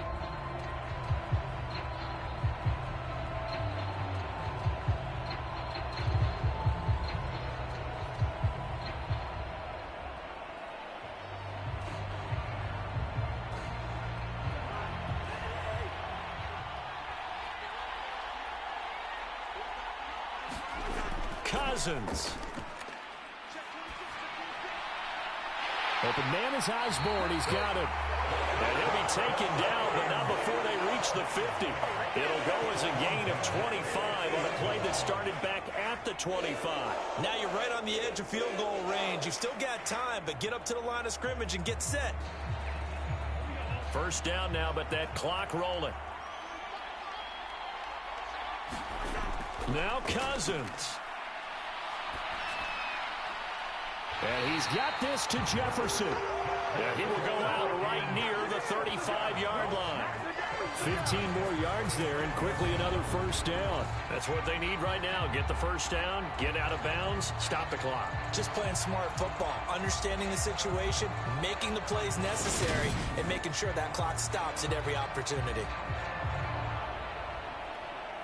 And now it appears that the referee's been buzzed, and we'll get a review. And this being inside 2 minutes of play, everything coming from up above.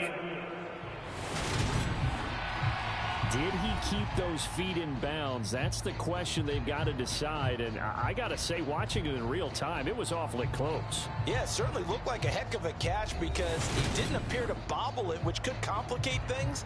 But even with the benefit of replay, that's pretty tight. Well, here's the call.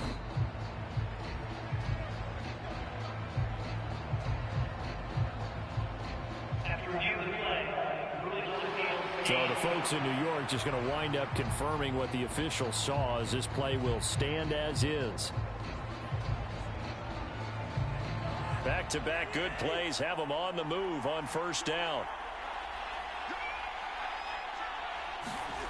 Here's Cousins. Setting up the screen for Cook. And they'll work this down inside the 30. And remember, field goal does them no good in this situation. You got to think they should be taking some shots for the end zone soon.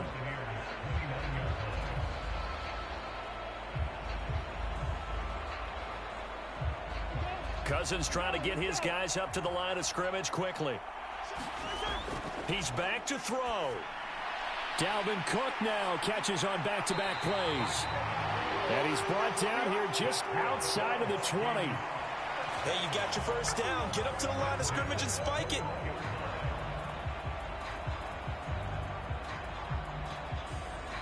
The Vikings going to use their third and final timeout as the clock will stop with an even 20 seconds left to go.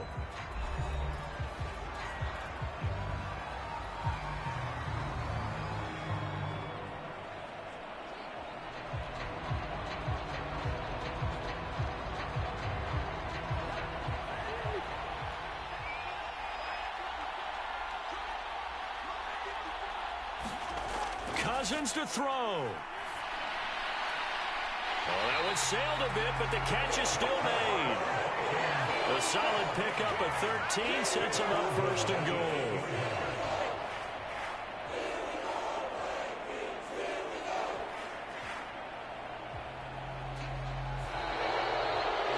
This one came right down to the wire. And CD, they had that one final chance to try to navigate their way into the end zone, but couldn't get it done to avoid the loss.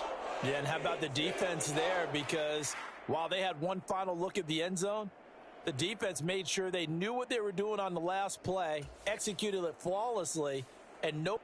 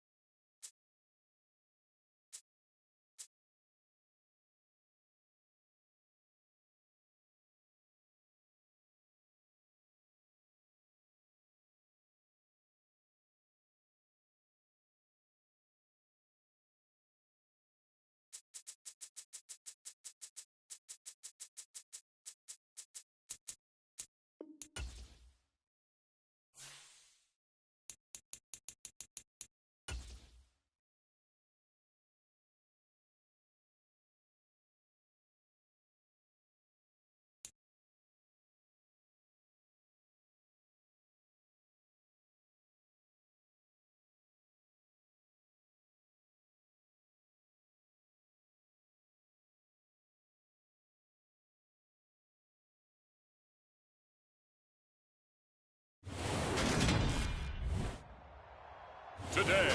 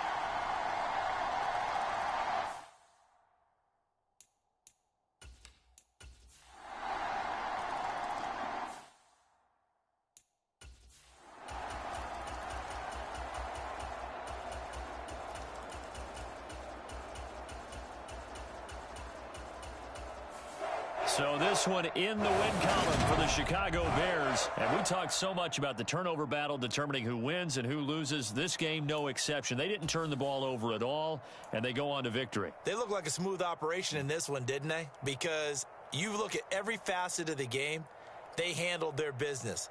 Offense took care of the football, converted it into points. Defense took the ball away, gave it back to the offense. Special teams, right there with them. That's the type of game a coach is going to really love and value. And when they show the film, they have to be careful not to give out too many kudos and kill their motivation going forward.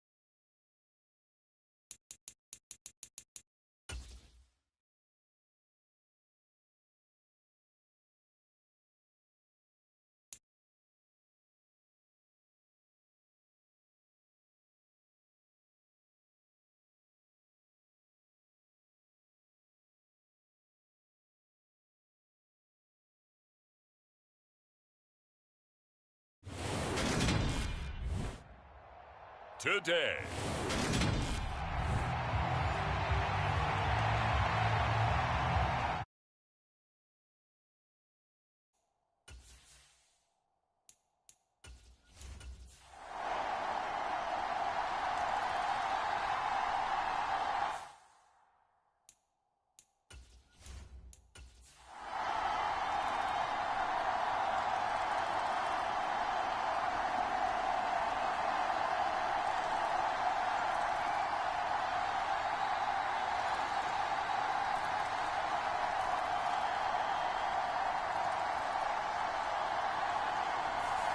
So the L.A. Rams with a victory here. And say what you want about Lumen Field here in Seattle, but for my money, this is the loudest and most difficult place to win in the league when you're on the road. It's very hard. The fan support, off the charts. The way that they make noise and understand when to make noise, they understand the game as well as anyone.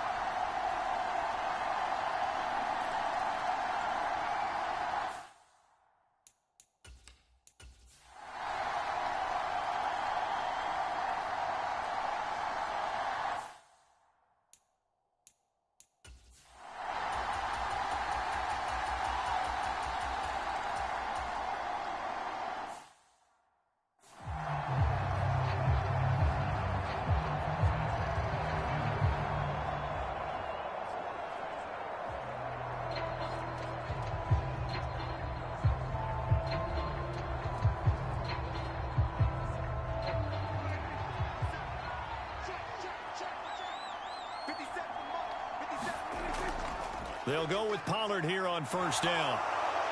A little juke. And some nifty running here as he'll take this across midfield and down to the 47. 81 yards on the ground here for Pollard. This is a first down. We'll definitely see some open running lanes, and he's taking advantage of it right now, but that shouldn't be a surprise. Defense has the lead. They're playing for the pass first.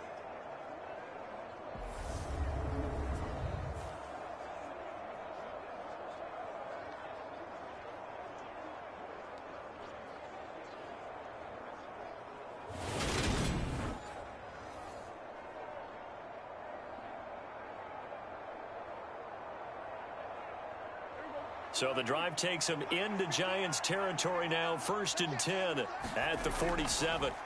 Prescott. They'll drop this underneath to Pollard. And they're going to get this to about the 44-yard line. You got the big lead defensively. Willing to give them that underneath stuff, right? And this is why you work on your tackling. Tackle them after the catch, inbounds, keep the clock running.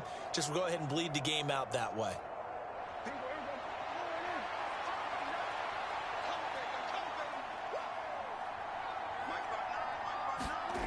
From the 44, Prescott.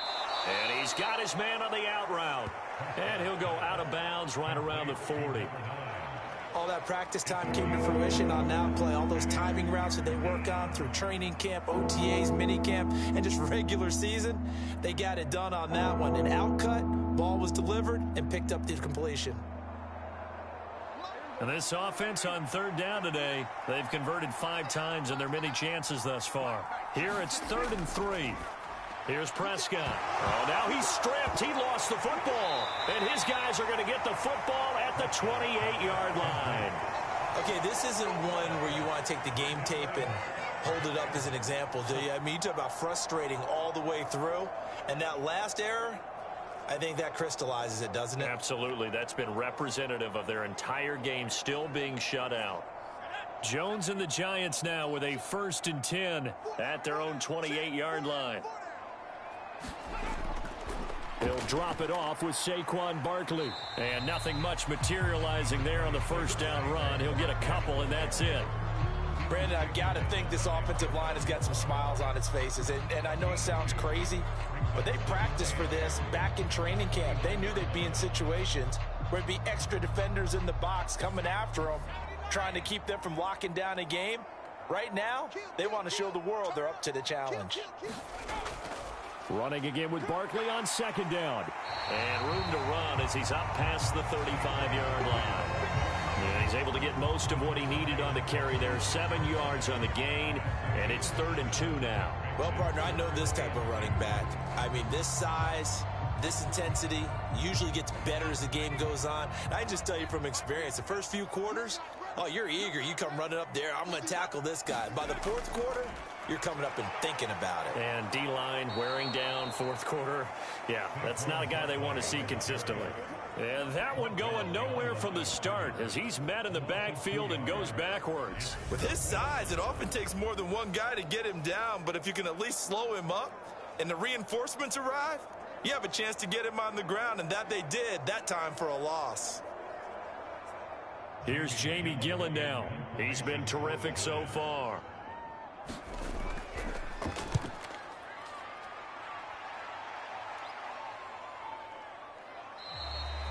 It's a 45-yard punt, just a 1-yard return. And the Cowboys will take over the football with a 1st and 10.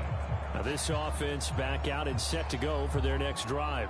It's been a tough go for them. It's still without any points here in the 4th quarter and a big deficit, Charles. But they moved the football on some drives. They just haven't had any points. Yeah, and I know in their minds they're thinking the game plan has actually been working. We just haven't scored points. Well, isn't that the bottom line, partner? To put points on the board? So if you're moving it and you're not scoring, is it really working? Right now, they've got nothing left to lose. They might as well go for broke. Prescott looks to throw on 1st. He finds his man complete. It's Ferguson. And he'll be out of bounds at the 25-yard line. That'll go for a gain of 7. And it'll be second down. Those short little routes probably going to be open. The defense, they'll let those happen, especially when they can make an inbounds tackle. Yeah, where's Coach Madden when you need him? He always talked about taking what the defense gives you, but sometimes you have to know when you have to take more. That was one of those situations. Throwing again on second down. Prescott. He'll find Lamb. That's complete. And he's taken down, but able to slip across the 35. Prescott and Lamb hooking up for the Cowboy first. A 3-score game here late. You can probably rule out the comeback, but certainly some kind of a moral victory to be had if they can get a few more points to close things out. And to that end, a nice pass play there to push things downfield. Yeah, and we know in this league, a loss is a loss, and no one wants anything to count as a moral victory or, boy, something that feels a little bit cheap. But if they trim that lead down to just 2 scores, that's still a benefit to this squad. Nice game there, partner, but you and I both know that won't do anything for the final score. They're not going to win this one. Right now they're playing for pride and fantasy points. And just to erase that goose egg, nobody wants to be shut out. So the drive takes them into Giants territory now, 1st and 10 at the 48-yard line. Now here's a throw that's complete, and they'll get this down to the 42-yard line. 2 minutes left to play in this football game here on EA Sports. So the Cowboys in possession of the football here as we get you reset. And let's see what they've come up with offensively after having time to talk it over.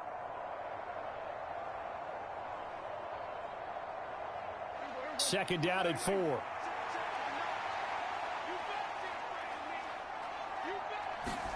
They'll throw again. Prescott. And this one is going to be off the mark, too far out in front. And that's another play that's painted the picture of this game overall. It's been a blowout. It's been continually fueled by big turnovers and stops for one side and an inability to advance the ball from the other. Now they face a 3rd down and 4 after that incompletion on second down. Looking to throw. Prescott. And it's incomplete. Took a shot, couldn't connect. That's coverage you'd expect to see in a tie game late. Not in a lopsided game like this. They are not letting up.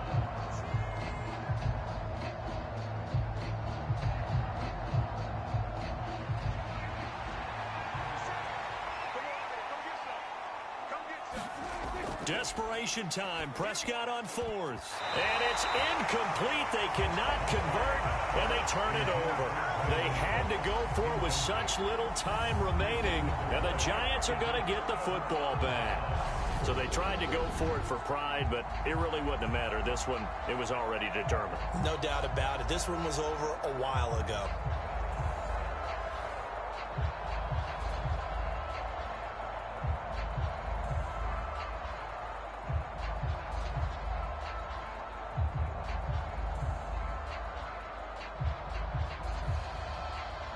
Good starting field position for them as they come up 1st and 10 at their own 42. They'll try and run some clock here with Barkley. And he's going to bull his way forward to the 48. 51 yards rushing for him now to this point. I have to chuckle to myself a little bit, Brandon, because right now I could be in that huddle with that offensive line. I know exactly what they're saying. If you call a pass play here, we're going to call timeout. Run the football. We've got control of this thing. Get in behind us and let's go. Their time to shine. Second down, here's Barkley again. And he'll be brought down at the 45-yard line. 7 yards there and a 1st down. And that's a nice pickup on the 1st down on that 2nd down run. And at that yardage gained, they can run that play on any down.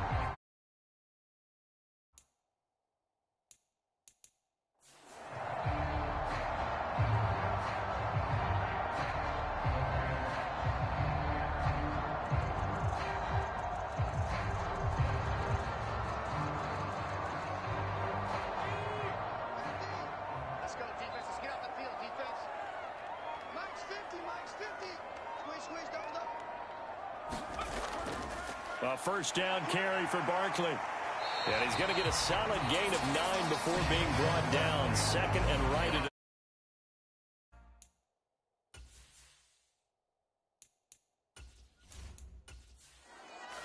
So a victory here for the men in blue, the New York Giants, and they did it in shutout fashion. Impressive. Would it be too bland of a statement to say they didn't have the greatest day offensively?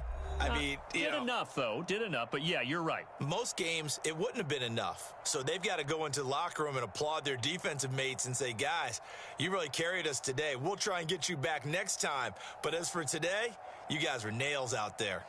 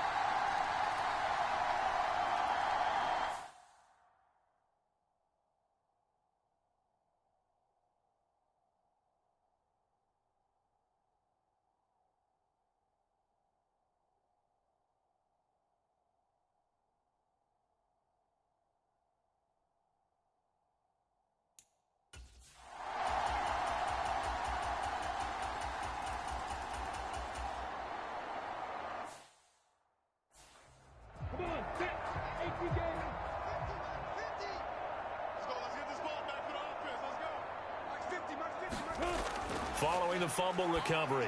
Lawrence. Screenplay. Here's Etienne. And he's going to be out of bounds down around the 35-yard line.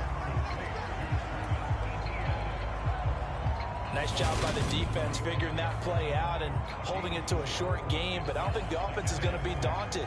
They actually accomplished their goal there. Now they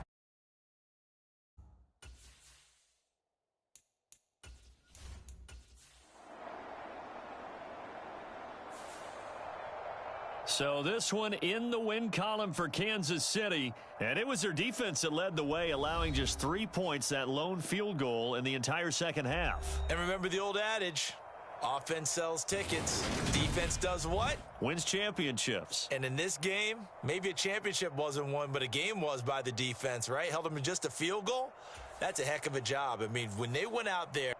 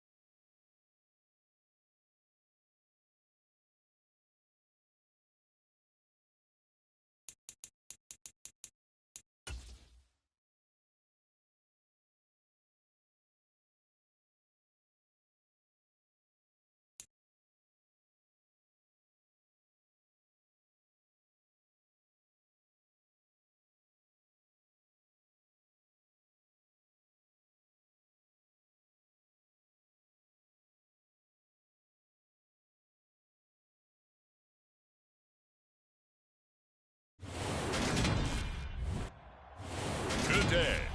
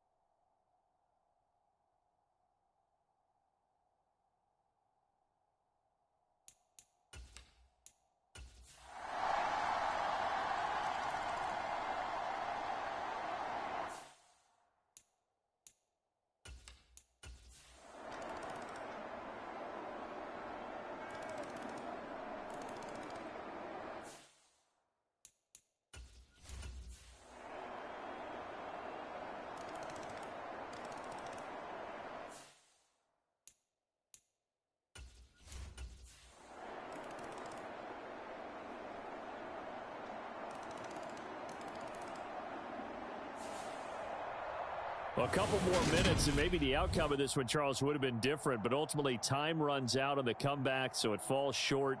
And they hold on to win this by just one possession. not the fourth quarter they wanted, but they did earn the win, and they'll be happy about that, and they should be. Now they're going to go back to practice, see what they can do to prevent a future lead from slipping away like this one was.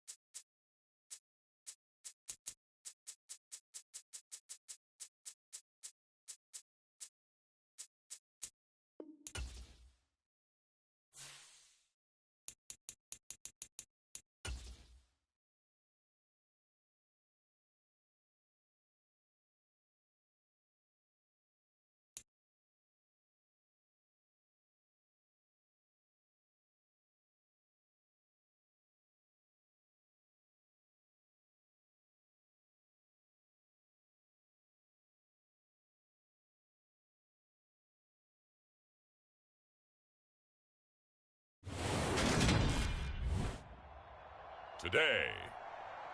From Highmark Stadium in Orchard Park, New York.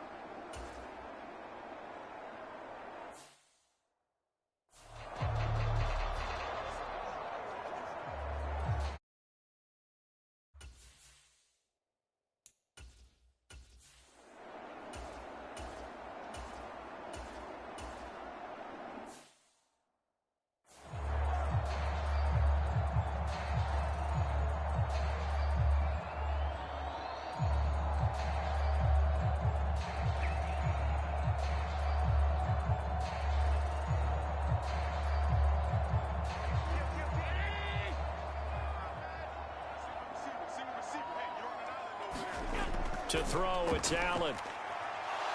Steps away to it, and he can't get rid of it. He's taken down. Max Crosby blowing up the play and getting the sack. Well, many times when you talk about mobile quarterbacks, you get the sense that they feel like they can get out of any bad situation. They keep moving around and trying to emulate guys like the Scrambler or the Dodger. Instead, they keep losing yardage and digging themselves a hole that they can't get out of.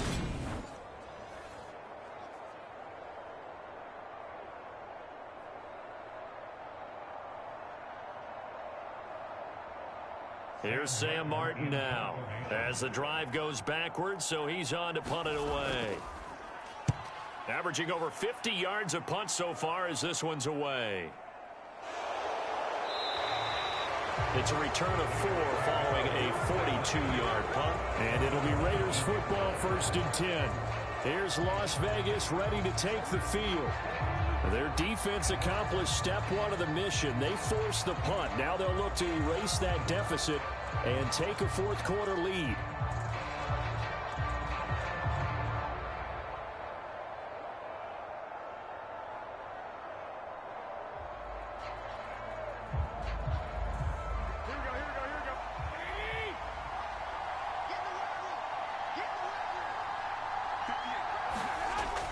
On the handoff, they start with Bolden.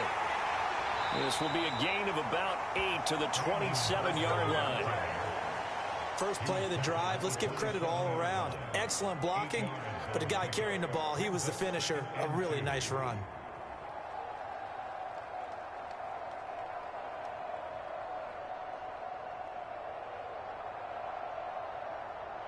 Here we go. 8 yards the gain on that last run. Here's 2nd and a couple. They go back to the ground, this time Jacobs. And he'll be brought down right at the 30 here. They'll get 3 as the drive continues. It's a 1st down. Not too many more ideal situations at 2nd and 2 in order to try and pick up a 1st down. They ran it and picked it up.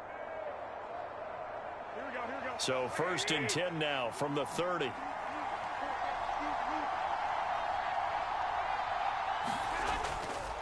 Once again, it's Jacobs. And he's got a good gain of 7 up to the 37. Good yardage there on 1st down. Exactly what you want. Get yourself set up to keep making 1st downs, keep the clock running. And if they're smart, you're starting to milk the clock. No hurry before you run your 2nd down play. Under 4 to go now as the clock runs and they come up on 2nd down. Now they'll throw with Garoppolo. It's caught, left side, Bolden. 4 yards the pickup, 1st down. That's a pretty play there coming out of the backfield, but as that back, you've got to be conscious of making sure you're securing the football. When you get out in open field, sometimes you get a little loose with it as you're trying to get up ahead of steam. Make sure you keep it close to your body because those defenders are trying to punch it free. He does a nice job there protecting the ball and picking up a first down. 2 first downs have him up to the 41 now for 1st and 10. Jacobs going to try the middle. And he'll be pretty well stopped in his tracks. Give him a yard up to the 42. Oh, there's plenty of traffic waiting for him up the middle. But give him credit, he tried barreling through anyway. They're fortunate to get a yard out of that one.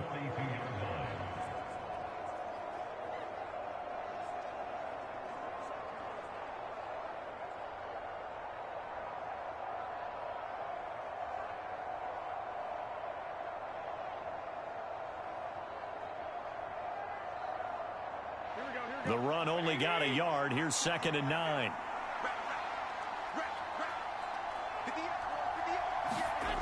Working from the gun, Garoppolo. A dump off here to Bolden. And he'll get up to the 43-yard line. As a defense, you're more balanced when you're in zone coverage because you're able to keep your eyes on the quarterback and see the play develop in front of you. You're able to keep the quick pass in front of them and stop it right at the line of scrimmage. One of the bigger plays in the game thus far, and the crowd getting into it as we come up on a big 3rd down. Looking to throw, Garoppolo. Now they set up the screen. That's complete.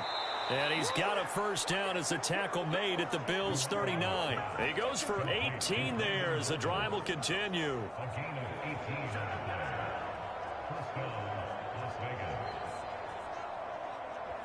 Two minutes remain, and that's our score differential as well. 2 points here in the 4th quarter. So it's Raider football as we get you reset. They come up on a 1st and 10, desperately needing a score here on what could be their final drive. Here we go.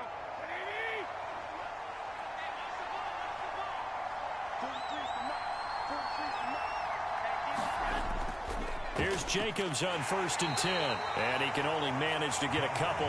2nd and 8 coming up. I like the call there because that was one to take time off the clock and get them closer to getting out of here with a W. In the mind of the play caller, all you want to hear is tick, tick, tick. The Raiders try to move quickly, try to get everybody back to the line. Back to throw, Garoppolo. He lets this one fly toward the back of the end zone. Toward the back corner of the end zone, but he could not get the feet down. This will wind up incomplete.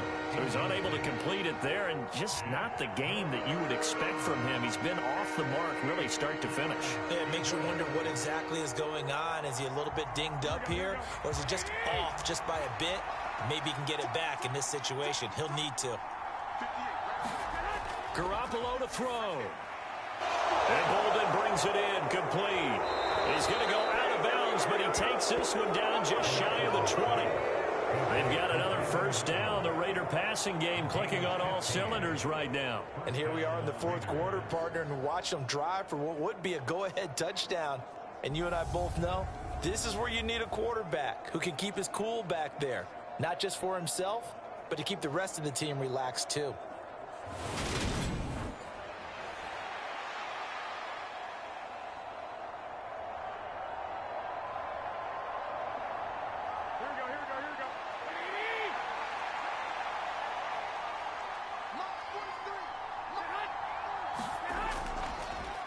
Back to the running game with Jacobs. And nothing much materializing there on the first down run. He'll get a couple, and that's it.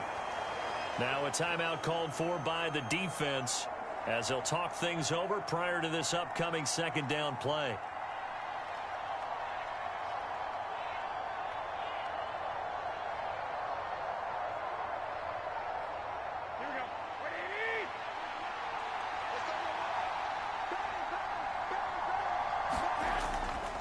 They'll stay on the ground with Jacobs. And he'll get this one down to about the 17. Now the Bills will use the 2nd of their timeouts as they'll head to the sideline and talk over what to do next.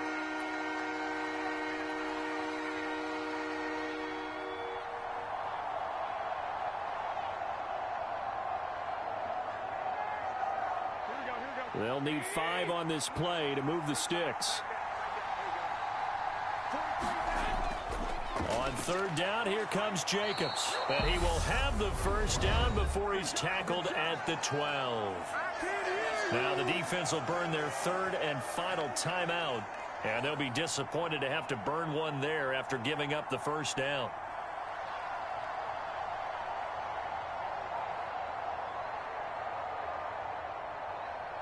Here we go, here we go, here we go.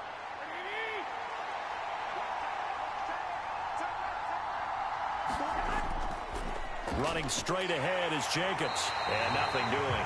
He's immediately taken down at the line of scrimmage. No gain on the play there. Second down. They've called his number a lot this afternoon. You wonder how much tread is left on those tires. We certainly do, but I always think back to one of my favorite coaches in the NFL. And he used to have a meeting with his running backs every year in the offseason and say, look, as many times as you're going to carry the ball, you should be able to carry it one more time. And he can't get a throw off. He's taken down. What a huge play at this point in the game. Ed Oliver, that time, the one to get in there and bring him down. Brandon, that's just football 101. If you're out of the pocket, you've got to get rid of the football in this situation. You cannot take a sack in a 2-minute drill. They'll get to the line here, but remember, it's also third down. Caught on the right side by Adams. And they're going to move it down to inside the 25.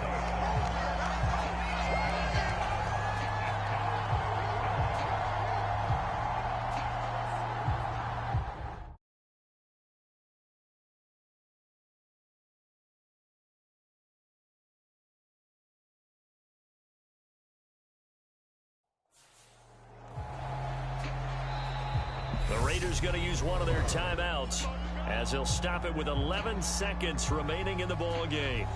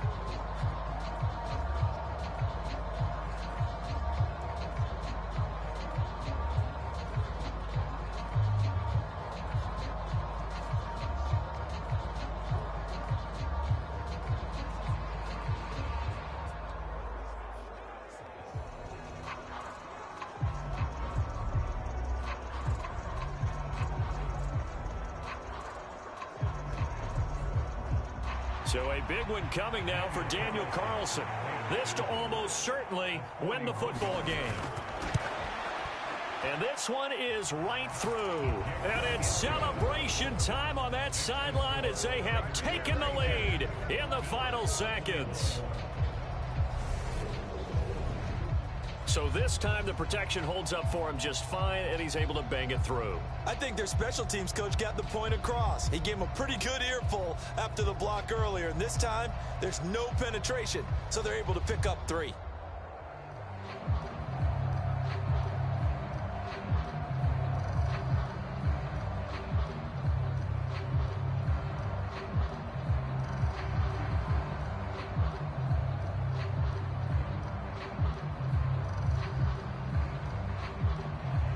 After the made field goal, Carlson now sets up to kick this away. Fields it right around the goal line. And a decent return out to the 27-yard line.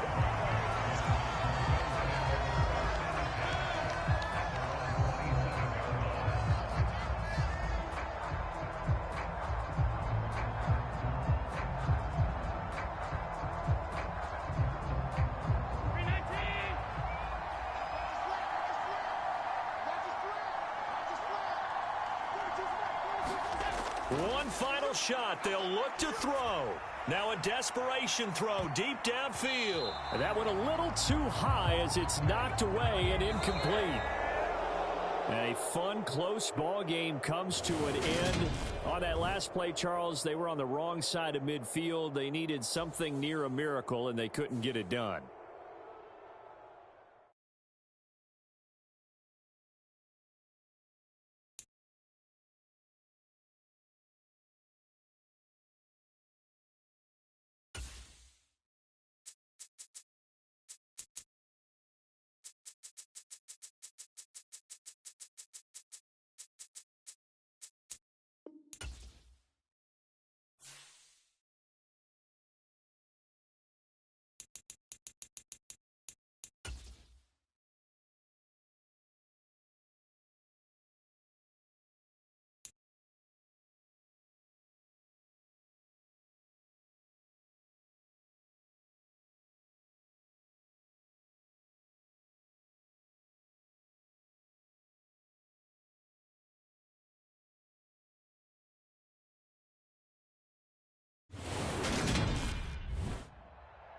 Today, from Nissan Stadium in Nashville, Tennessee, this is Madden Football on EA Sports.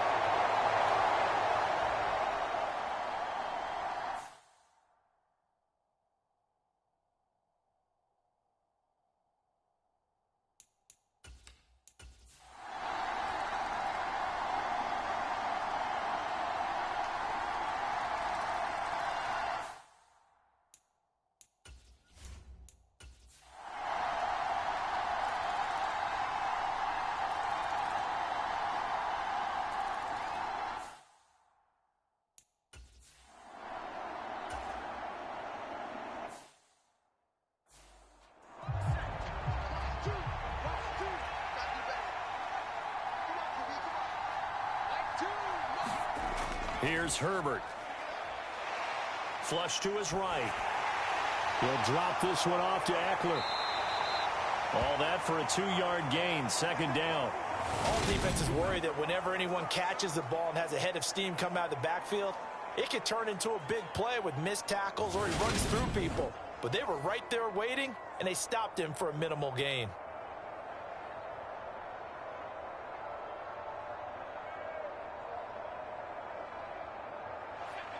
Well behind the sticks here with a 2nd and 18.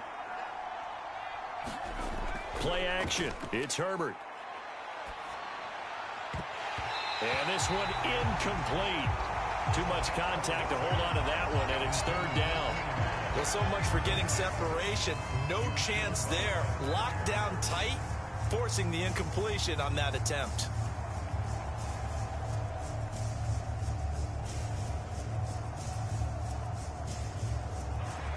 An incomplete pass on that last play, and that means they'll need to come up with something here on 3rd down. Herbert back to the air. They will find Davis. That's complete. And they'll get him down at about the 37, well short of the first. So the completion results there in 9 yards. And that's going to make it 4th down.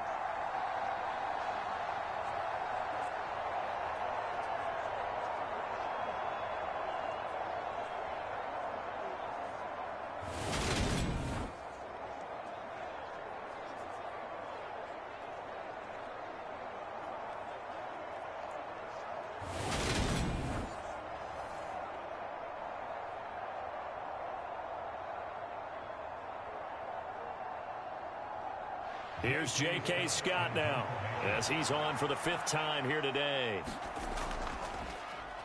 And he deserves a bronze leg as he gets this one away. That'll be a 43-yard punt, just a single yard on the return. And it'll be Titan football.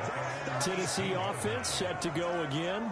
Their defense got the stop, forced the punt, and now you really start to monitor the clock as they nurse this slim lead.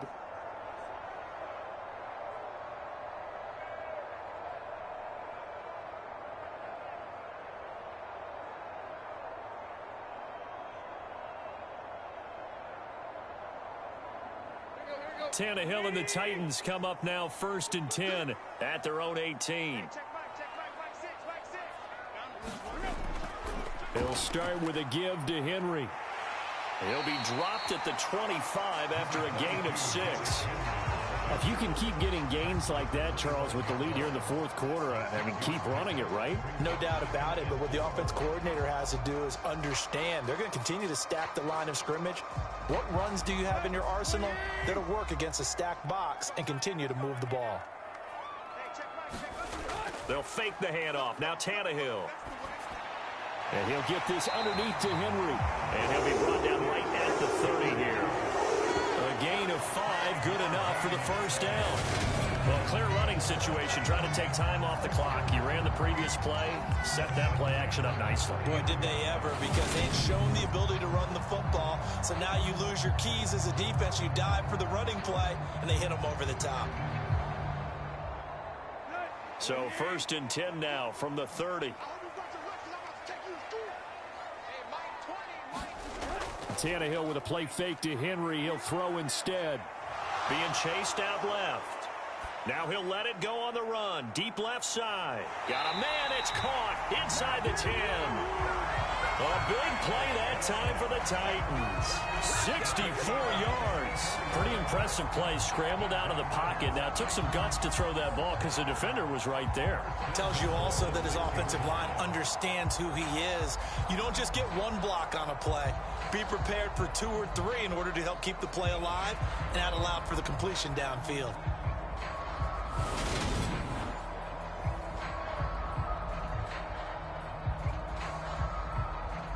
So 1st and goal, 6 points here would go a long way toward wrapping this one up.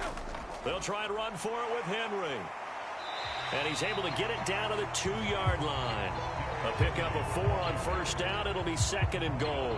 You get down in this area of the field, you know you're going to get a heavy dose of number 22. They stopped him for a short gain there, but can they do it a couple of more times? From the 2 now, 2nd and goal.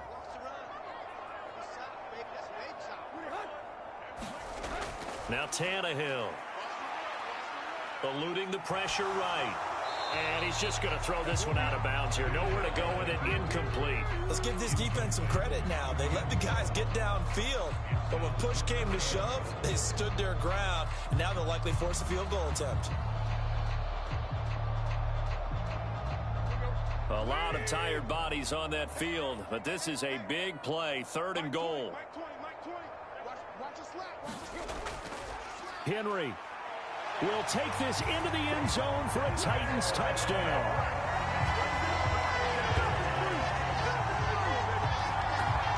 Well, he finishes off the drive with a touchdown run, Charles. Remember, he also had a catch on this drive as well. And that's what running backs want to be in today's NFL, a complete back. 3 down, stay on the field, run it, and catch it. And he gets it done.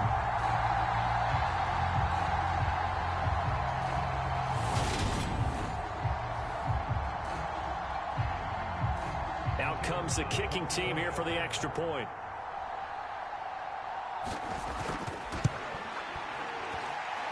And his guys will take a 10-point lead. A drive that time of 6 plays. And Derrick Henry able to finish it off with a touchdown run.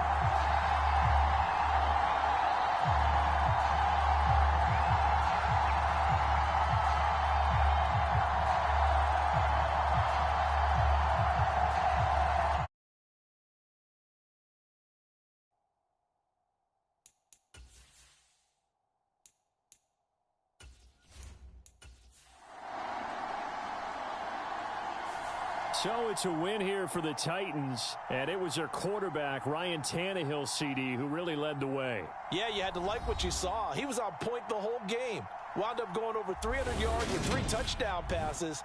That will definitely get the job done.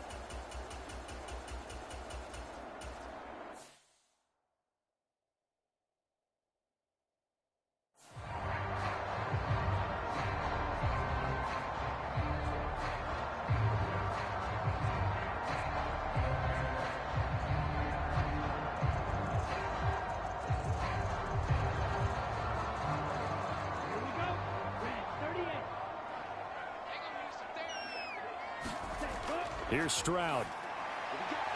It's a short one here, complete to his tight end. And they'll get this down to around the 47-yard line. 5th catch of the game for him there. Yeah, and the tight end position is now becoming a volume pass catcher. It used to be occasional, right? Safety valve. Throw one to him every so often, but mainly they want him out there to block. Nowadays, an integral part of the passing game, and they create such great mismatches that they often become the leading receiver. They run on first down as they're able to get this forward for about 4. And that was a quality play to start a new set of downs. That was simply an offensive line winning the battle up front and winning it in a big way and giving their guy in the backfield a nice lane to hit.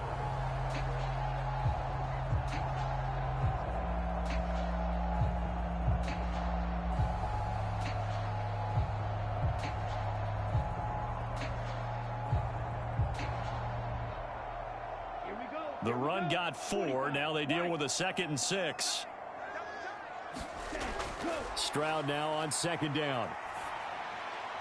Throw left side complete. That's Schultz. And they'll get this to the 30-yard line before crossing over out of bounds.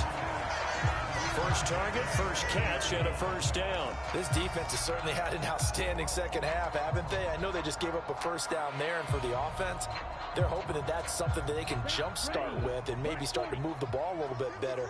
But it's been tough sledding for them here the entire second half. Stroud now on 1st and 10. Escaping the pressure right. He's got a man. It's his tight end. That's complete. They'll wind up getting 7 on the play, and it's 2nd down. Now that's staying ahead of the chains. Really good pickup on first down, hitting the tight end there. Now it brings up a 2nd and manageable. Just found a hole in that zone. Working with a 2nd and 3. Stroud to throw it. Flushed out right. And Stroud wisely slides down safely after picking up the first down. Nowhere to go downfield, but he's able to get out of bounds and stop the clock here with a first down. Late in the game, defense trying to avoid a big play. He's able to work out of the passing game, turn it into a run, pick up the first, and stop the clock as well. And you know in this situation, everything is sped up. The intensity, the thinking, everyone's movements. But for a quarterback, he has to continue to be what we call a flatliner. Level in everything he does and read the clock, feel it in the pocket, and go at the appropriate time. And he's in. Touchdown, Houston. From 17 yards out. And the Texans have made it a one-score game again here in the 4th. They've already been on record as saying, hey, if our rookie quarterback's going to tuck it and run on a scramble, we kind of hold our breath. Well, that was a maybe no, yes, as he's able to get into the end zone. Are you saying he's got to learn where the line is about whether you keep your eyes downfield and try and find a receiver, or you tuck it and go? And I think there's going to be some growing pains with that. I think in this case, he made the right decision. And we know he's got the speed. He showed it there.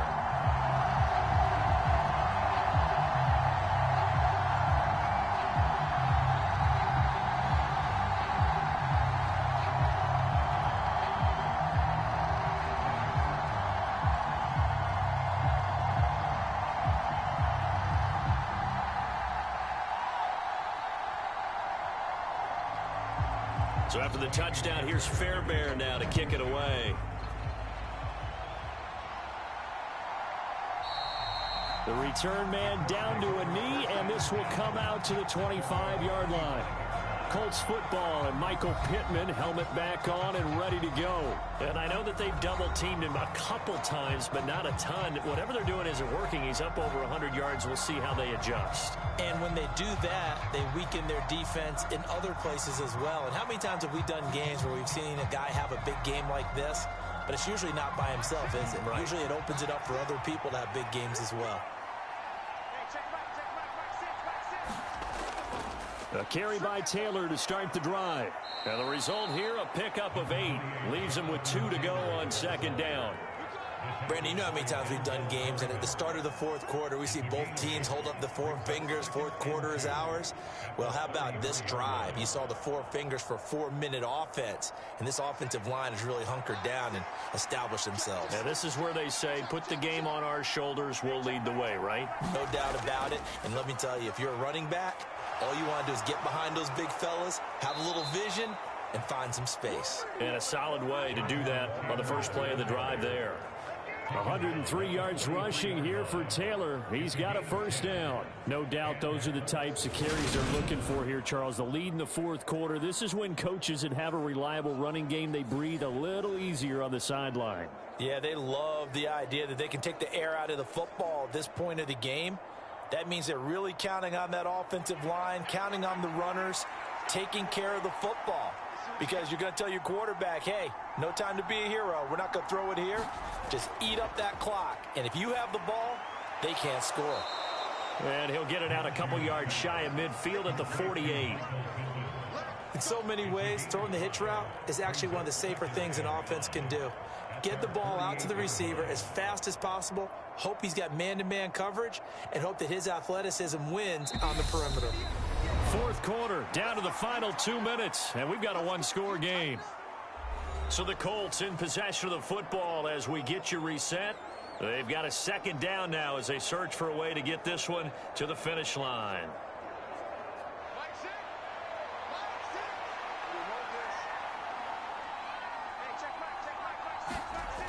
On second down, it's Taylor. And he goes across midfield and down into Houston territory. And now we'll see a timeout used on defense as they stop it right out of the break with 1:57 to go in the ball game.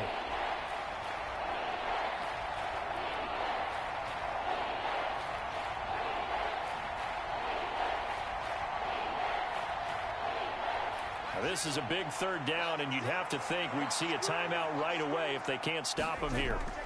They'll try and run for the first with Taylor. Oh, a heck of a move. Man. And a good job of finding the open space to run as he's down close to the 30 here.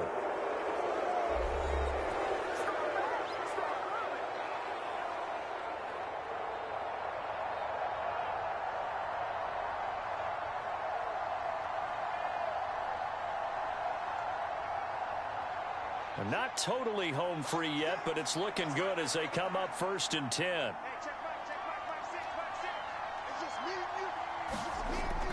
Again, it's Taylor. Room here to run. And he gets this one inside the 15, just a yard or two shy of the 10. The Texans going to signal for their third and final timeout. And they'll be disappointed to have to burn one there after giving up the first down.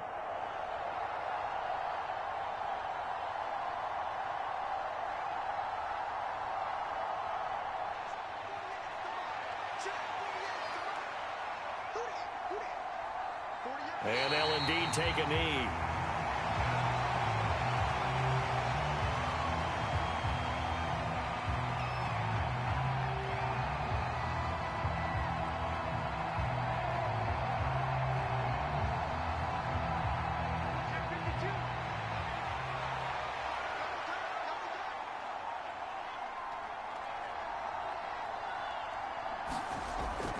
From the gun, it's Taylor. And for one of the few times here today, this one's not going to go anywhere. No gain that time, and it leaves him with 3rd and 11 coming up. He's having a big game running the football, but that one will hurt the yards per carry a little bit. Yeah, but the average he's got so far, that's the type of average he wants to take with him to contract negotiations, doesn't he? 9th play of the drive coming up, and certainly not an easy one on 3rd and long.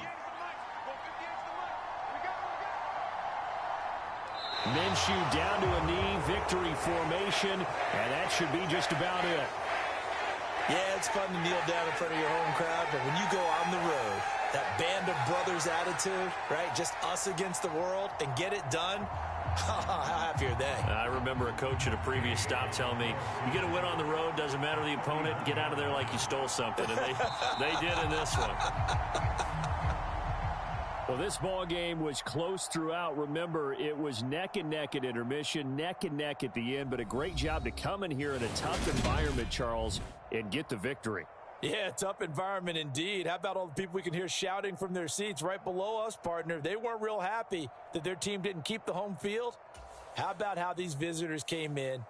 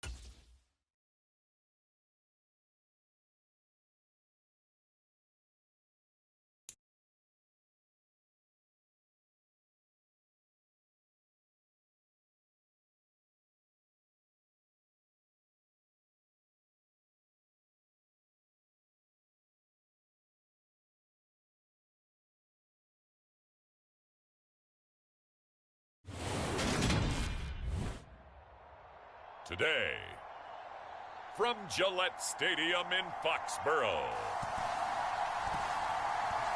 this is the NFL on EA Sports.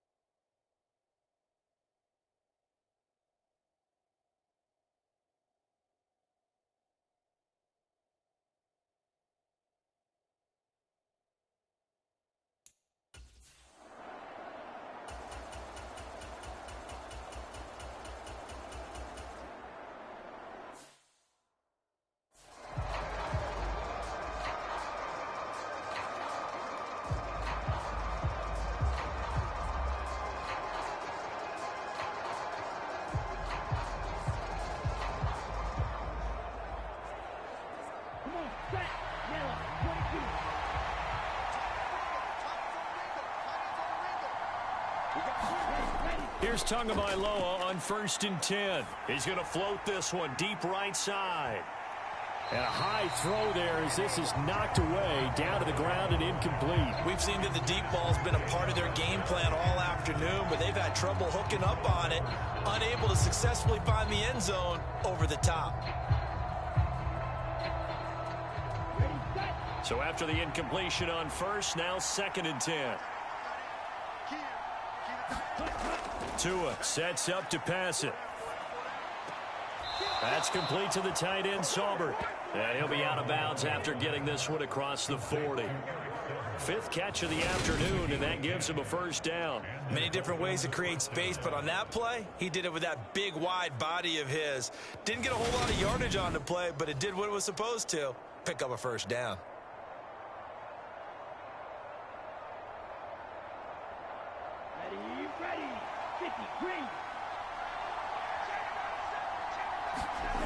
Setting to throw on 1st down is Tua. On target over the middle to Hill. And they'll get this down to around the 47-yard line.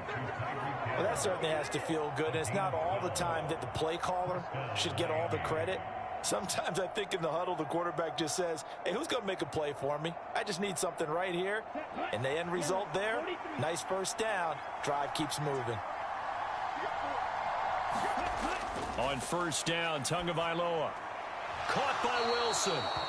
And he's going to be taken down right at the 40-yard line. It's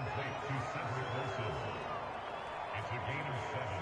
Brings up 2nd and 3 at the 40-yard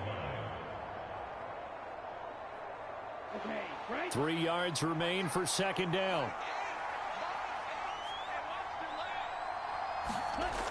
Here's Tagovailoa to throw. That's going to be caught by Waddle. And they're going to work this down to about the 32-yard line.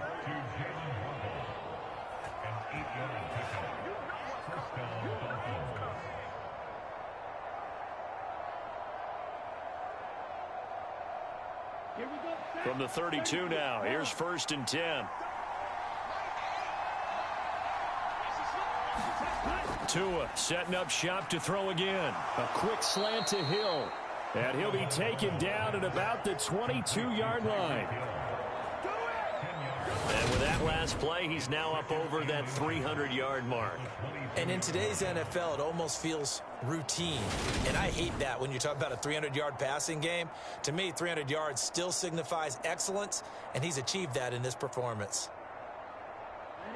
So not quite a first down just yet as they come up on second and less than a yard.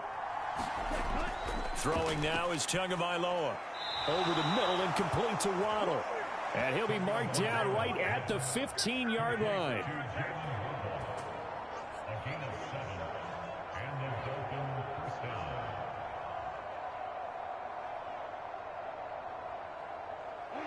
Line of scrimmage, the 15. It's 1st and 10. Now a handoff running through the middle. And now they're inside the 10 as he's brought down at the 9. Give him 5 on the carry there, and it'll be 2nd down. They've created a nice sustained drive off of plays like that. A nice strong run there that keeps them advancing the ball.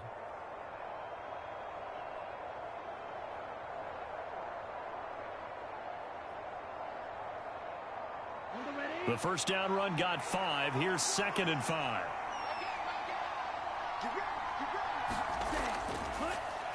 There they'll keep leaning on the running game. Back to the ground. And he will maneuver his way down to about the 7. Still a couple yards short of the first as the 3-yard gain brings up a 3rd down.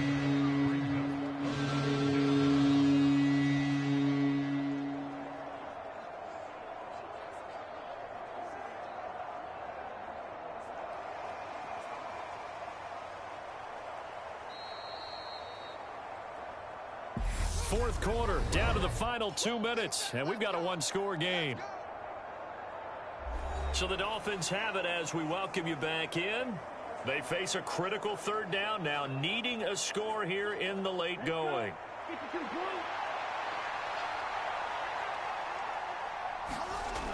Looking to pass. Tua. And it's caught. And he'll be taken down, but he does have first down yardage. They get 5 out of that one, and it moves the chains.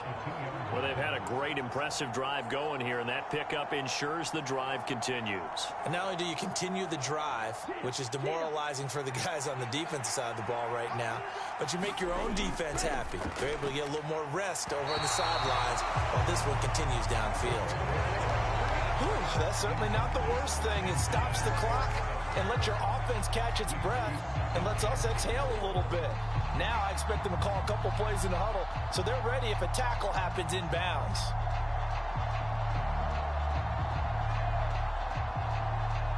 Second and goal, and they will try again from the 2-yard line.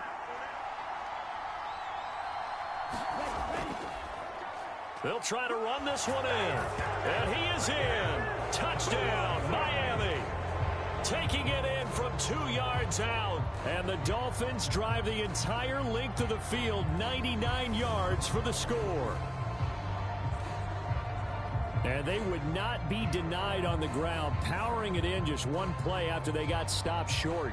And how about how many tight ends were on the field? Because in today's NFL, we think of a tight end more as a pass catcher. But this group, they tell them you've got to be able to run block to stay on this team. And they committed to it and got it done right there. All right, now a big 2-point conversion attempt still to come. They're going to try and run for it. And he's not going to get there. The defense able to come up with a big stop, and they're going to hold on to their 2-point lead. Well, partner, since this new 2-point rule came into play, offenses spend a lot more time working on it. That means the defenses are doing the exact same thing.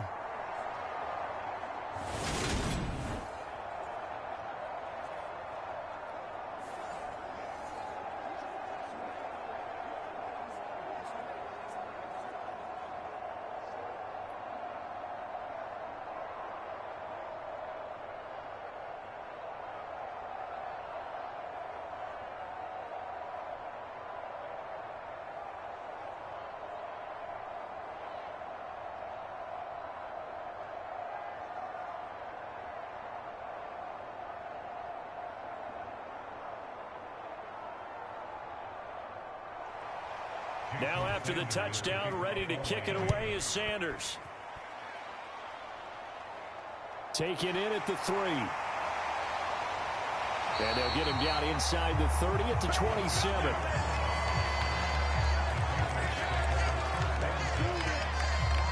Now the Patriots offense, they work their way back out onto the field. Well, they can smell victory, partner. They can see it on the horizon, but certainly we're not done yet here. Defense still has 3 timeouts, and obviously this is a very slim lead they're holding on to. And let's face it, the easiest way to get this done, challenge your ground game. Challenge your offensive line, your tight ends, your receivers, anyone who's going to lay down a block. Don't let there be penetration because they're going to stack the line of scrimmage and maybe bring extra people to the ball. If you can do that, make them burn their timeouts, run out the clock, life will be good. But if you really want to gamble a little bit, a quick play action, quick throw, might be able to get it done. Just make sure it's not incomplete and stop the clock.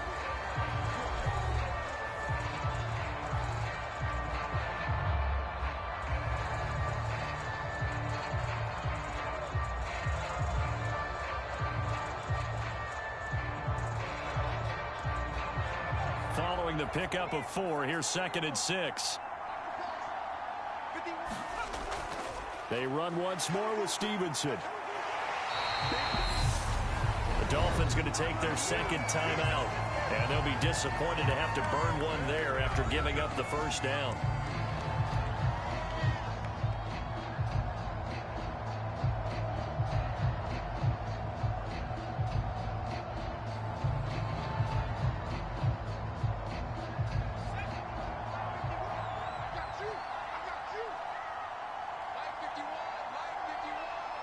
The Patriots in the victory formation as they'll take the knee. Now the defense will burn their 3rd and final timeout as they'll talk things over prior to this upcoming 2nd down play.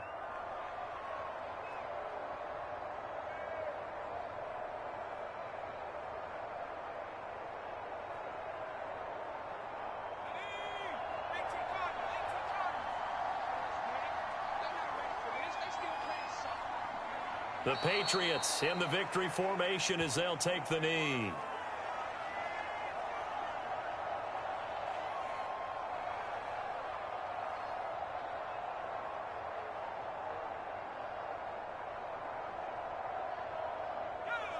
And the Dolphins beef up the secondary here as they look to stop them on 3rd down. Down to a knee goes Jones, and that should just about seal it. Listen, anytime you take a knee to end a game, that means you've won it. So it doesn't matter whether it's home or on the road, but there's something a little extra special about doing it in front of your home crowd, isn't there? And the home crowd applauding. They're happy with what they've seen.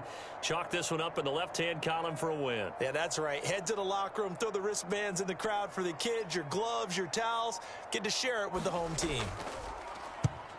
So they're forced to punt on 4th as this one's away.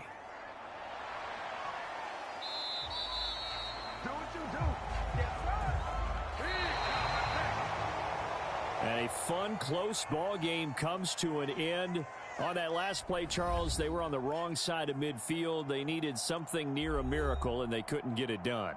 Yeah, the effort, that was good. Very good, in fact. They were just a little too far out to get a decent look at the end zone for that last opportunity. Couldn't get it done, but a nice game overall.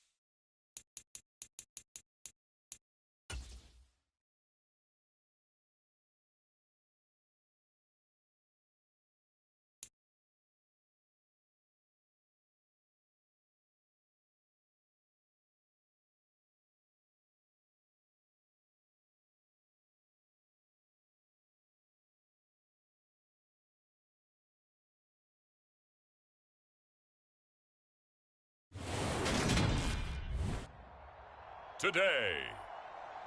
From Acrisure Stadium in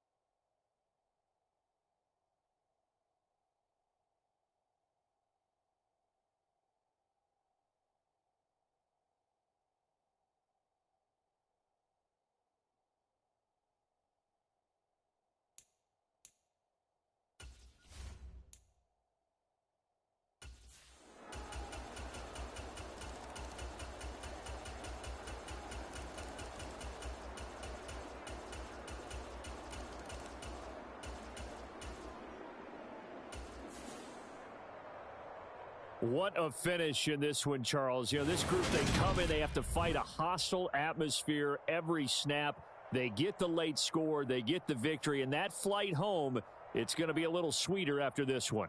And Brandon, just like you, I was fired up for that last sequence. How about that? Wouldn't you have loved to have been in the huddle when they were mounting that game-winning drive?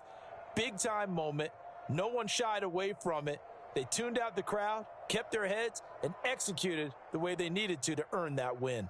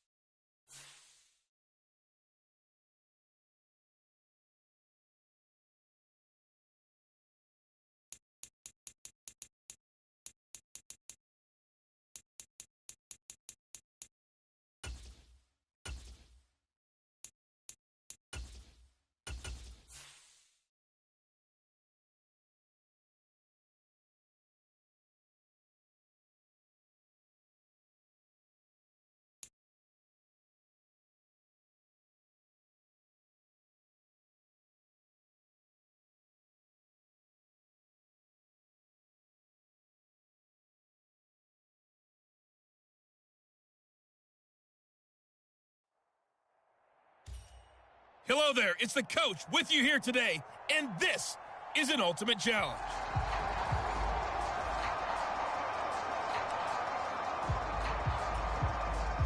The offense now at the line, ready for their next drive. We've seen both of these offenses still sort of in that figuring things out phase, but I suspect some action on the scoreboard soon as they start out here 1st and 10. And he'll be brought down at the 50 after a gain of about 5. Another run with McCaffrey on 2nd down. And he's got some space here. And he is out of bounds, but not before he's inside the 30. 45 yards rushing for him now on just 6 carries to this point. On 1st down, this is McCaffrey. And he'll take this ahead for about 4. 2nd down coming up. Now a 2nd down and 6.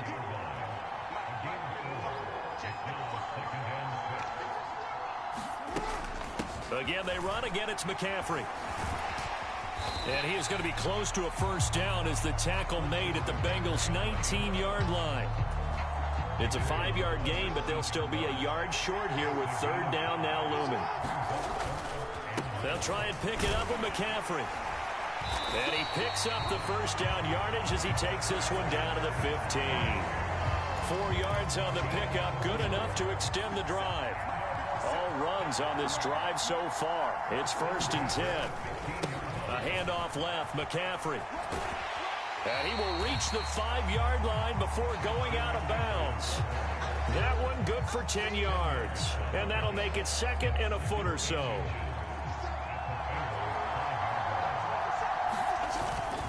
Up the gut, McCaffrey. And he is into the end zone for a touchdown. Christian McCaffrey, a 5-yard touchdown run. And his guys have taken a first-quarter lead. Well done. You've defeated this ultimate challenge. Now, if there are stars still available, you can always replay the challenge again. Otherwise, it's time to move on to the next one.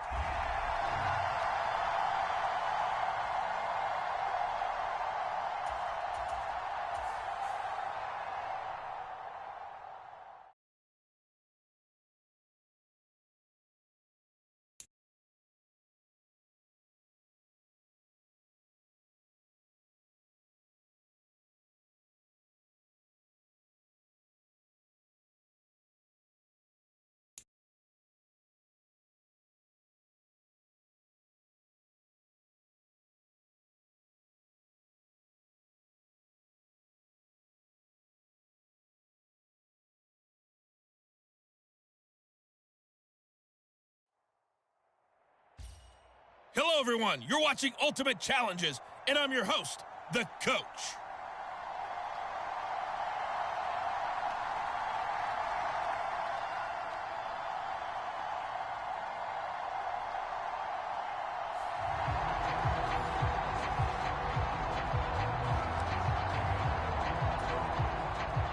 The offense back out there at the line, ready for their next drive.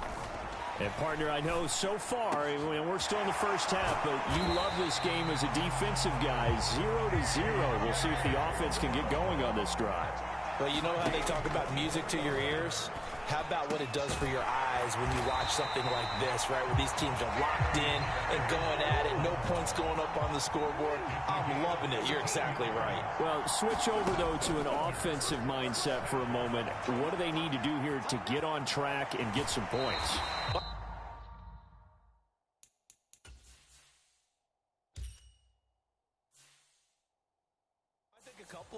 Number one, you pull out something that maybe they haven't seen before. Coaches always talk about unscouted looks. Maybe you give them something that they haven't seen on tape, and now you shock them that way. The second, run your basic playbook, but run it so well that you give your skill position guys a chance to make big plays individually. On 2nd down, McCaffrey. And this won't be enough to pick up the first. A gain of 2, 3rd and 1. The Cards going nickel. An extra defensive back out there now on 3rd down. They stay on the ground. McCaffrey again. And he'll take it into the end zone for a touchdown. Christian McCaffrey. An 8-yard touchdown run. And his guys have taken a first-quarter lead. And that'll just about do it for us in this one. You've notched another win, and the next challenge awaits.